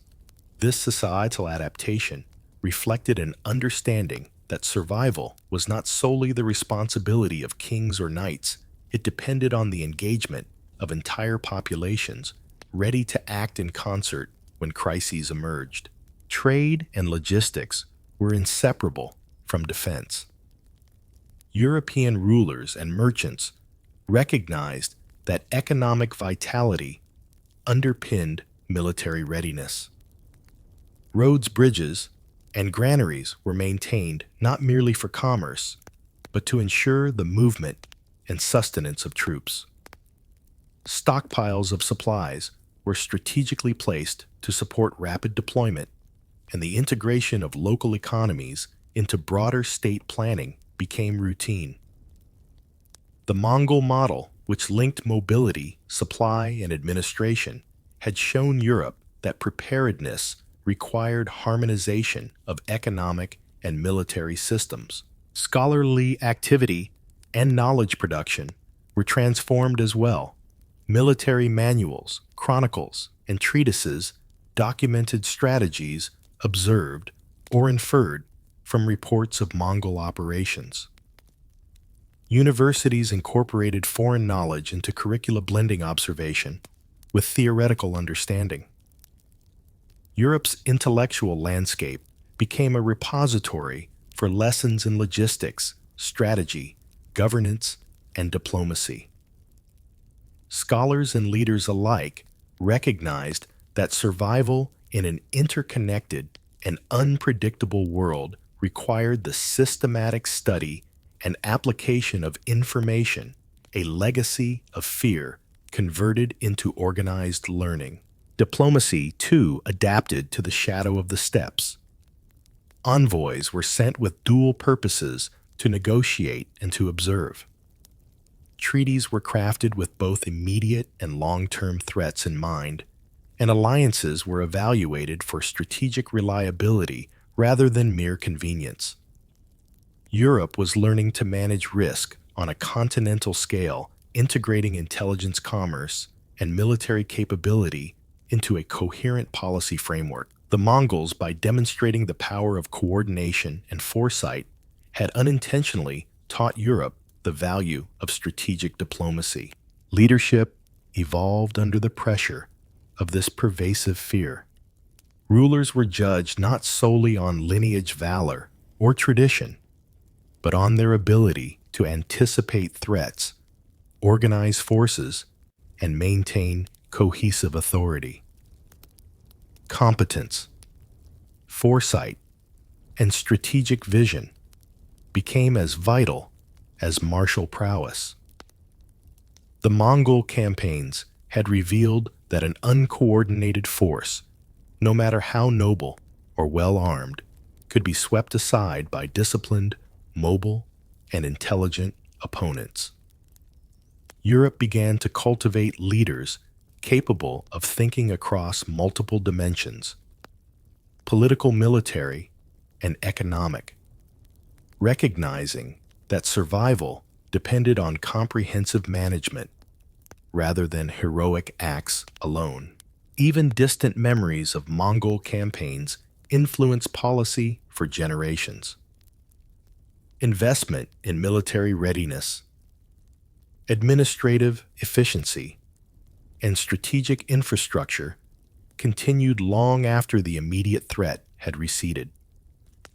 Towns maintained militias, castles were continually reinforced, and state systems incorporated lessons in logistics and intelligence.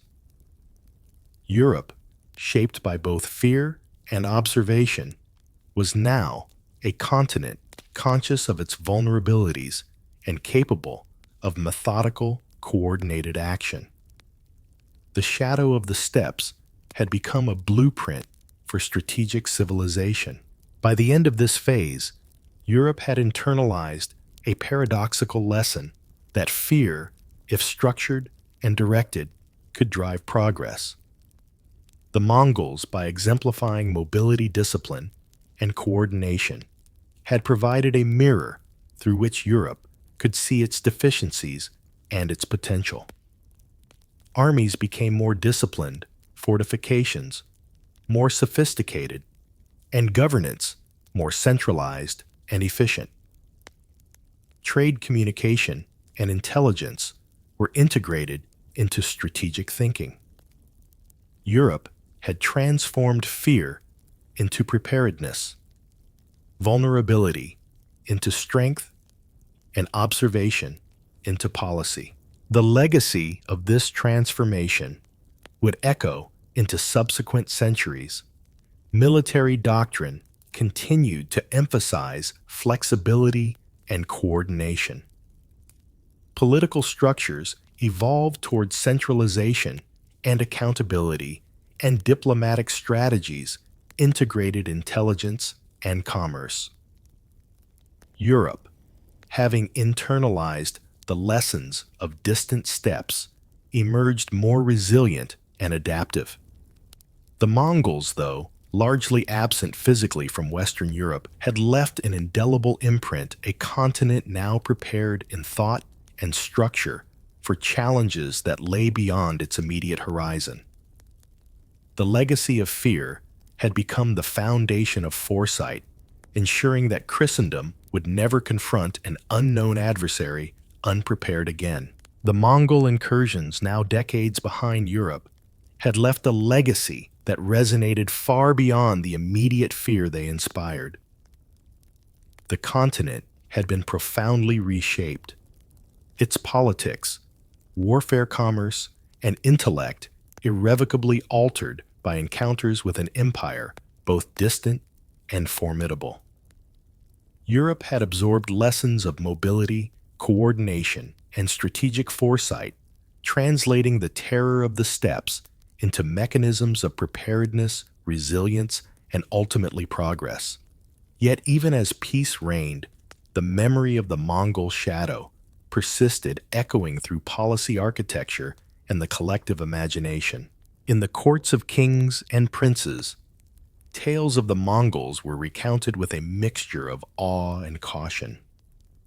Chroniclers described armies that could traverse 1,000 miles in a season, cities that fell under lightning campaigns, and leaders whose strategic cunning defied comprehension. These accounts, though often filtered through fear and legend, were taken seriously by rulers who understood that the world beyond Europe's borders could wield influence as effectively as armies within them. The Mongols had become a measure of excellence, a benchmark against which European ambition and preparation were tested. Military thought had evolved under this influence. The age of knights charging alone, relying on valor and armor, had given way to coordinated forces, integrated units, and strategic deployment. Cavalry now emphasized mobility and endurance, infantry coordinated with missile troops, and reconnaissance became a formal part of military planning. Armories, fortifications, and training regimens reflected a consciousness shaped by the Mongol example that discipline, intelligence, and adaptability could triumph where numbers and courage alone might fail. Even generations later, military theorists cited lessons drawn from the steppes, embedding them into doctrine that would guide European conflicts for centuries. Fortifications and urban planning bore the imprint of Mongol-inspired strategic thinking. Walls were no longer static barriers, but dynamic structures designed to delay, mislead, and withstand rapid assaults. Gatehouses, towers, and inner citadels were optimized for layered defense, while signaling systems allowed rapid communication across territories. Engineers experimented with concentric walls, fortified approaches, and defensive layouts that could respond to both conventional sieges and unpredictable raids. Europe, learning from a civilization renowned for its mobility, had internalized the principle that preparation and adaptability were essential to survival. Political structures, too, bore the marks of adaptation. Monarchs had consolidated authority to ensure rapid response and coordinated defense, reducing reliance on fragmented feudal levies. Councils, envoys, and administrative networks had been developed to integrate intelligence, trade, and military readiness into a coherent system. Alliances were forged with foresight, and diplomacy became a tool not just for negotiation, but for observation, planning, and long-term strategic positioning. The Mongols, by demonstrating the power of centralized coordination across vast regions, had indirectly influenced the evolution of European governance, embedding lessons that would persist through generations. Economics and trade continued to reflect the indirect influence of the Mongol Empire. Safe and reliable trade routes established under their dominion had inspired European merchants and rulers to consider commerce as a strategic asset. Ports were expanded, warehouses maintained, and caravan routes protected to ensure continuity of goods and resources. Knowledge, too, moved along these channels, with manuscripts, scientific texts, and technological innovations arriving from distant lands. Europe had been open to a world of intellectual and material wealth previously inaccessible, and this connectivity would shape exploration, commerce, and diplomacy for centuries.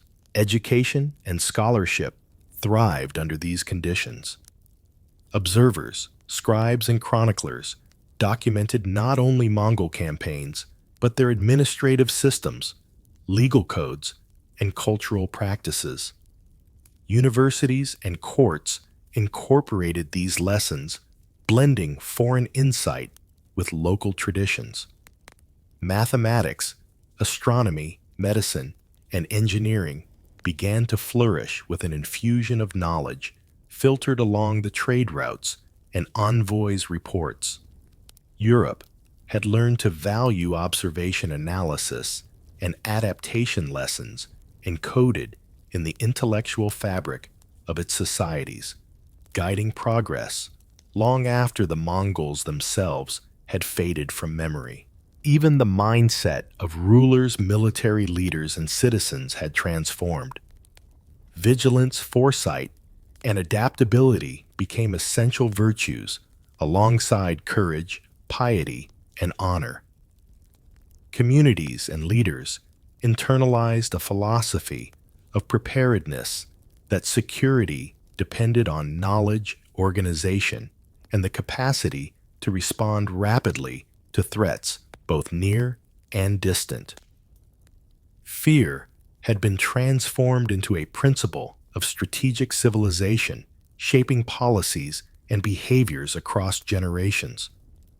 The Mongol presence had served as a catalyst for this evolution, leaving Europe both more cautious and more capable. Culturally, the echoes of the Mongol era were subtle but significant. Artistic motifs, architectural ideas, and technological practices filtered into European life, blending with local traditions to create hybrid forms. Craftsmen adopted new techniques in metalwork, textiles, and engineering, inspired by artifacts and descriptions from the East. The transmission of these elements was gradual, often indirect, yet it reflected a continent increasingly receptive to external influence, tempered by awareness and strategic discernment. In the wake of fear came curiosity, adaptation, and synthesis. Strategically, Europe had begun to conceptualize threats in a more sophisticated manner. The Mongol example demonstrated that power was multidimensional. Mobility, intelligence, coordination, and governance were as decisive as brute force. This realization informed military organization, political alliances, and administrative reform. European leaders came to understand that preparedness extended across societal layers, requiring integration of commerce, defense, diplomacy, and knowledge. The Mongols had revealed the limits of isolation and the advantages of connectedness, lessons that would resonate into the age of exploration and beyond. As Europe approached the late medieval period, the shadow of the steppes remained a conceptual touchstone. Leaders, scholars, and chroniclers drew upon memories of Mongol efficiency, discipline, and reach, integrating these lessons into doctrine, architecture, and governance. The continent's perception of its own capabilities, vulnerabilities, and potential had been irrevocably altered. What had begun as fear had matured into a form of strategic consciousness, a long-term inheritance of foresight, preparation, and resilience. In summary, the influence of the Mongol invasions extended far beyond immediate military or political consequences. They had catalyzed transformation across multiple dimensions of European life: warfare, governance, commerce, intelligence, scholarship, and culture. Europe had learned to adapt, to observe, and to anticipate. From the terror of sudden raids to the systematic implementation of preparedness, the continent had internalized lessons that would shape its trajectory for centuries. The echoes of the Mongols, though distant and largely indirect, had left Europe more connected, more disciplined, and more strategically sophisticated than it had ever been. As Europe consolidated the lessons of the Mongol invasions, the continent's perception of power strategy and the wider world had irrevocably changed. Armies, once dependent on individual valor and rigid codes, now emphasized mobility, coordination, and intelligence. Fortifications, once static monuments of prestige, had become dynamic instruments of defense. Commerce and diplomacy were recognized as strategic tools, while scholarship and observation informed decision-making across courts and kingdoms. Fear, once paralyzing, had been converted into a sophisticated form of preparedness, an inheritance of foresight and resilience that would shape Europe for generations. The memory of the Mongols persisted not merely in military manuals or chronicles, but in the collective imagination of Europe. Tales of their speed, discipline, and ruthlessness were told and retold, a shared narrative that shaped cultural perception and strategic thinking alike. Children learned of the fearsome riders from the east, while rulers pondered what it meant to defend a realm from a force so distant yet so potent. These stories were not merely legend. They became part of the continent's strategic consciousness, a reminder that the world beyond its borders demanded attention, awareness, and adaptation. Trade networks, once tentative and vulnerable, thrived in this new context. The Mongols had demonstrated that stability and security could transform distant routes into arteries of commerce and knowledge. European merchants, inspired and cautious, expanded these connections, linking port cities and inland markets with a reliability previously unimagined. Goods and ideas flowed from spices and silk to texts on astronomy and medicine, enriching European culture and intellectual life. The Mongols had inadvertently created an environment where the benefits of interconnectedness became tangible and desirable, forging a foundation for the economic and intellectual expansion that would later define the Renaissance. Diplomatic practice, too, had evolved. Envoys and ambassadors were dispatched with clear purposes to negotiate, observe, and report. Europe had learned that information was as valuable as military strength, and that alliances and treaties must be informed by careful study of distant powers.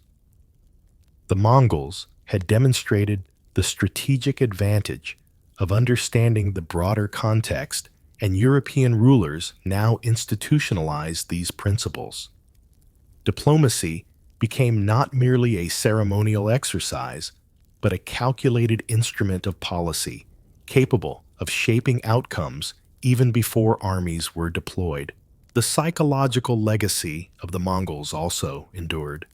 Europe's leaders had internalized the principle that preparation, vigilance, and foresight were essential virtues. Communities were organized for defense, rulers planned for contingencies, and scholars studied both military and administrative methods. Fear had been transformed into a deliberate, structured approach to survival, governance, and strategy.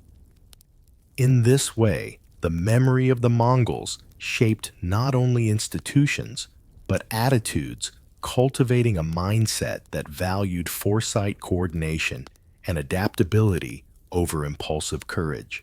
Technological and tactical innovation accelerated as a result. Armies integrated new formations. Fortresses were reinforced, and communication systems were refined. Archery, cavalry maneuvers, and infantry coordination were optimized, while intelligence gathering became an ongoing priority. Europe had absorbed the principle that efficiency and preparation could overcome numerical or individual limitations, a lesson learned from observing an empire whose strength lay in discipline, mobility, and organization. The Mongols' indirect influence had catalyzed a period of strategic sophistication unparalleled in Europe's earlier history. Cultural exchange continued to flourish. The Mongol Empire had facilitated the movement of ideas, techniques, and artistic motifs across vast distances. Europeans incorporated aspects of Eastern craftsmanship design and technology, enriching local traditions while creating hybrid forms. The flow of knowledge, scientific, medical, and technical, was especially transformative. European scholars, absorbing observations from merchants and envoys and returning travelers, integrated foreign methods into local practice. The Mongol era, though defined by fear, had opened Europe to a broader intellectual and cultural horizon. Strategically, Europe's approach to threats became comprehensive. Military, political, economic, and intellectual considerations were now interconnected, forming a holistic view of security and power. Monarchs understood that the strength of a kingdom depended not solely on armies or fortifications, but on infrastructure, intelligence, alliances, and commerce. The Mongols had demonstrated that effective coordination and foresight could surpass brute strength, and Europe adapted this principle across domains, ensuring that the continent was not merely reactive, but strategically aware. As the medieval period drew to a close, the echoes of the Mongols remained embedded in European institutions and thought. Their campaigns, though largely confined to Eastern Europe, had forced a continent-wide reflection on vulnerability, preparation, and adaptability. Armies were more disciplined, fortifications, more sophisticated governance, more centralized, and scholarship more inquisitive. The Mongols had left Europe with a template for resilience, a continent that learned to anticipate, adapt, and integrate lessons from distant lands into its own evolving strategies. By the final decades of the Middle Ages, Europe had become a continent defined by preparedness and awareness. The Mongol threat had fostered centralization, strategic thought, and coordinated military and civic planning. Trade and intellectual exchange had expanded in response to previously unforeseen opportunities. Diplomacy had matured into a tool for observation intelligence and long-term calculation. Fear had been transformed into structure, anxiety into foresight, and threat into opportunity. The continent was stronger, more connected, and more capable than it had been before the shadow from the steppes fell across it. In retrospect, the Mongols' greatest legacy was indirect but profound. They had exposed the limitations of fragmented, localized, and reactive systems while demonstrating the power of mobility, coordination, and centralized administration. Europe, by observing, adapting, and internalizing these lessons, had forged a path toward strategic sophistication that would underpin the continent's subsequent political, military, and cultural achievements. The memory of the Mongols, once a source of terror, had become a catalyst for growth, shaping a continent's capacity for foresight, resilience, and global engagement. As the series concludes, it becomes clear that the Mongol invasions were more than a historical episode of destruction. They were a mirror reflecting Europe's vulnerabilities and prompting adaptation on every level of society. From kings and generals to merchants, scholars, and townsfolk, the continent absorbed lessons in mobility, coordination, intelligence, and governance. Fear had been transformed into strategy, and the shadow of the Mongols had become an enduring force echoing through centuries of European development, shaping the trajectory of nations and opening pathways to a world more interconnected and aware than ever before. As the echoes of the Mongol invasions fade into history, we are left with a continent transformed. Europe, once fragmented and cautious, emerged stronger, more coordinated, and strategically aware. From the chaos of fear rose armies that could move with precision fortifications designed to withstand unforeseen assaults, and leaders who understood that intelligence, diplomacy, and commerce were as crucial as sword and shield. The Mongols, in their absence, had gifted Europe a lesson in foresight, a template for survival, adaptation, and growth that would echo through the centuries. Imagine the townsfolk lighting signal fires across distant watchtowers, knights coordinating with infantry under newly forged strategies, scholars poring over maps and reports of lands they had never seen. All of this, born from the shadow of an empire on the steppes, shaped a Europe ready to meet the future on its own terms. Trade flourished along newly secured routes, ideas flowed into universities and courts, and diplomacy matured into a tool as powerful as armies. The continent had learned to harness fear, transforming it into knowledge, resilience, and opportunity. And now, as we close this journey through the centuries, remember that history is not merely a chronicle of battles or rulers. It is a living story. The Mongol invasions remind us that even distant forces can reshape our world, that adaptation is the true measure of strength, and that the lessons of the past are the foundation for the future. Europe's encounter with the Mongols was more than a moment of terror. It was a catalyst for transformation, for curiosity, and for an awareness that would carry across generations, shaping politics, warfare, commerce, and culture alike. If you've journeyed with us through the sweep of time, seen the shadow of the steppes fall across medieval Europe, and witnessed the continent's remarkable response, then join the conversation. Like this video to honor the resilience and ingenuity of those who came before, share it to spread the story of how Europe learned from fear, and subscribe to follow us on more journeys through history into forgotten battles, untold strategies, and the legacies that continue to shape our world. History is alive, and the echoes of the past are waiting for those who are ready to listen. Hit that subscribe button and let's explore them together.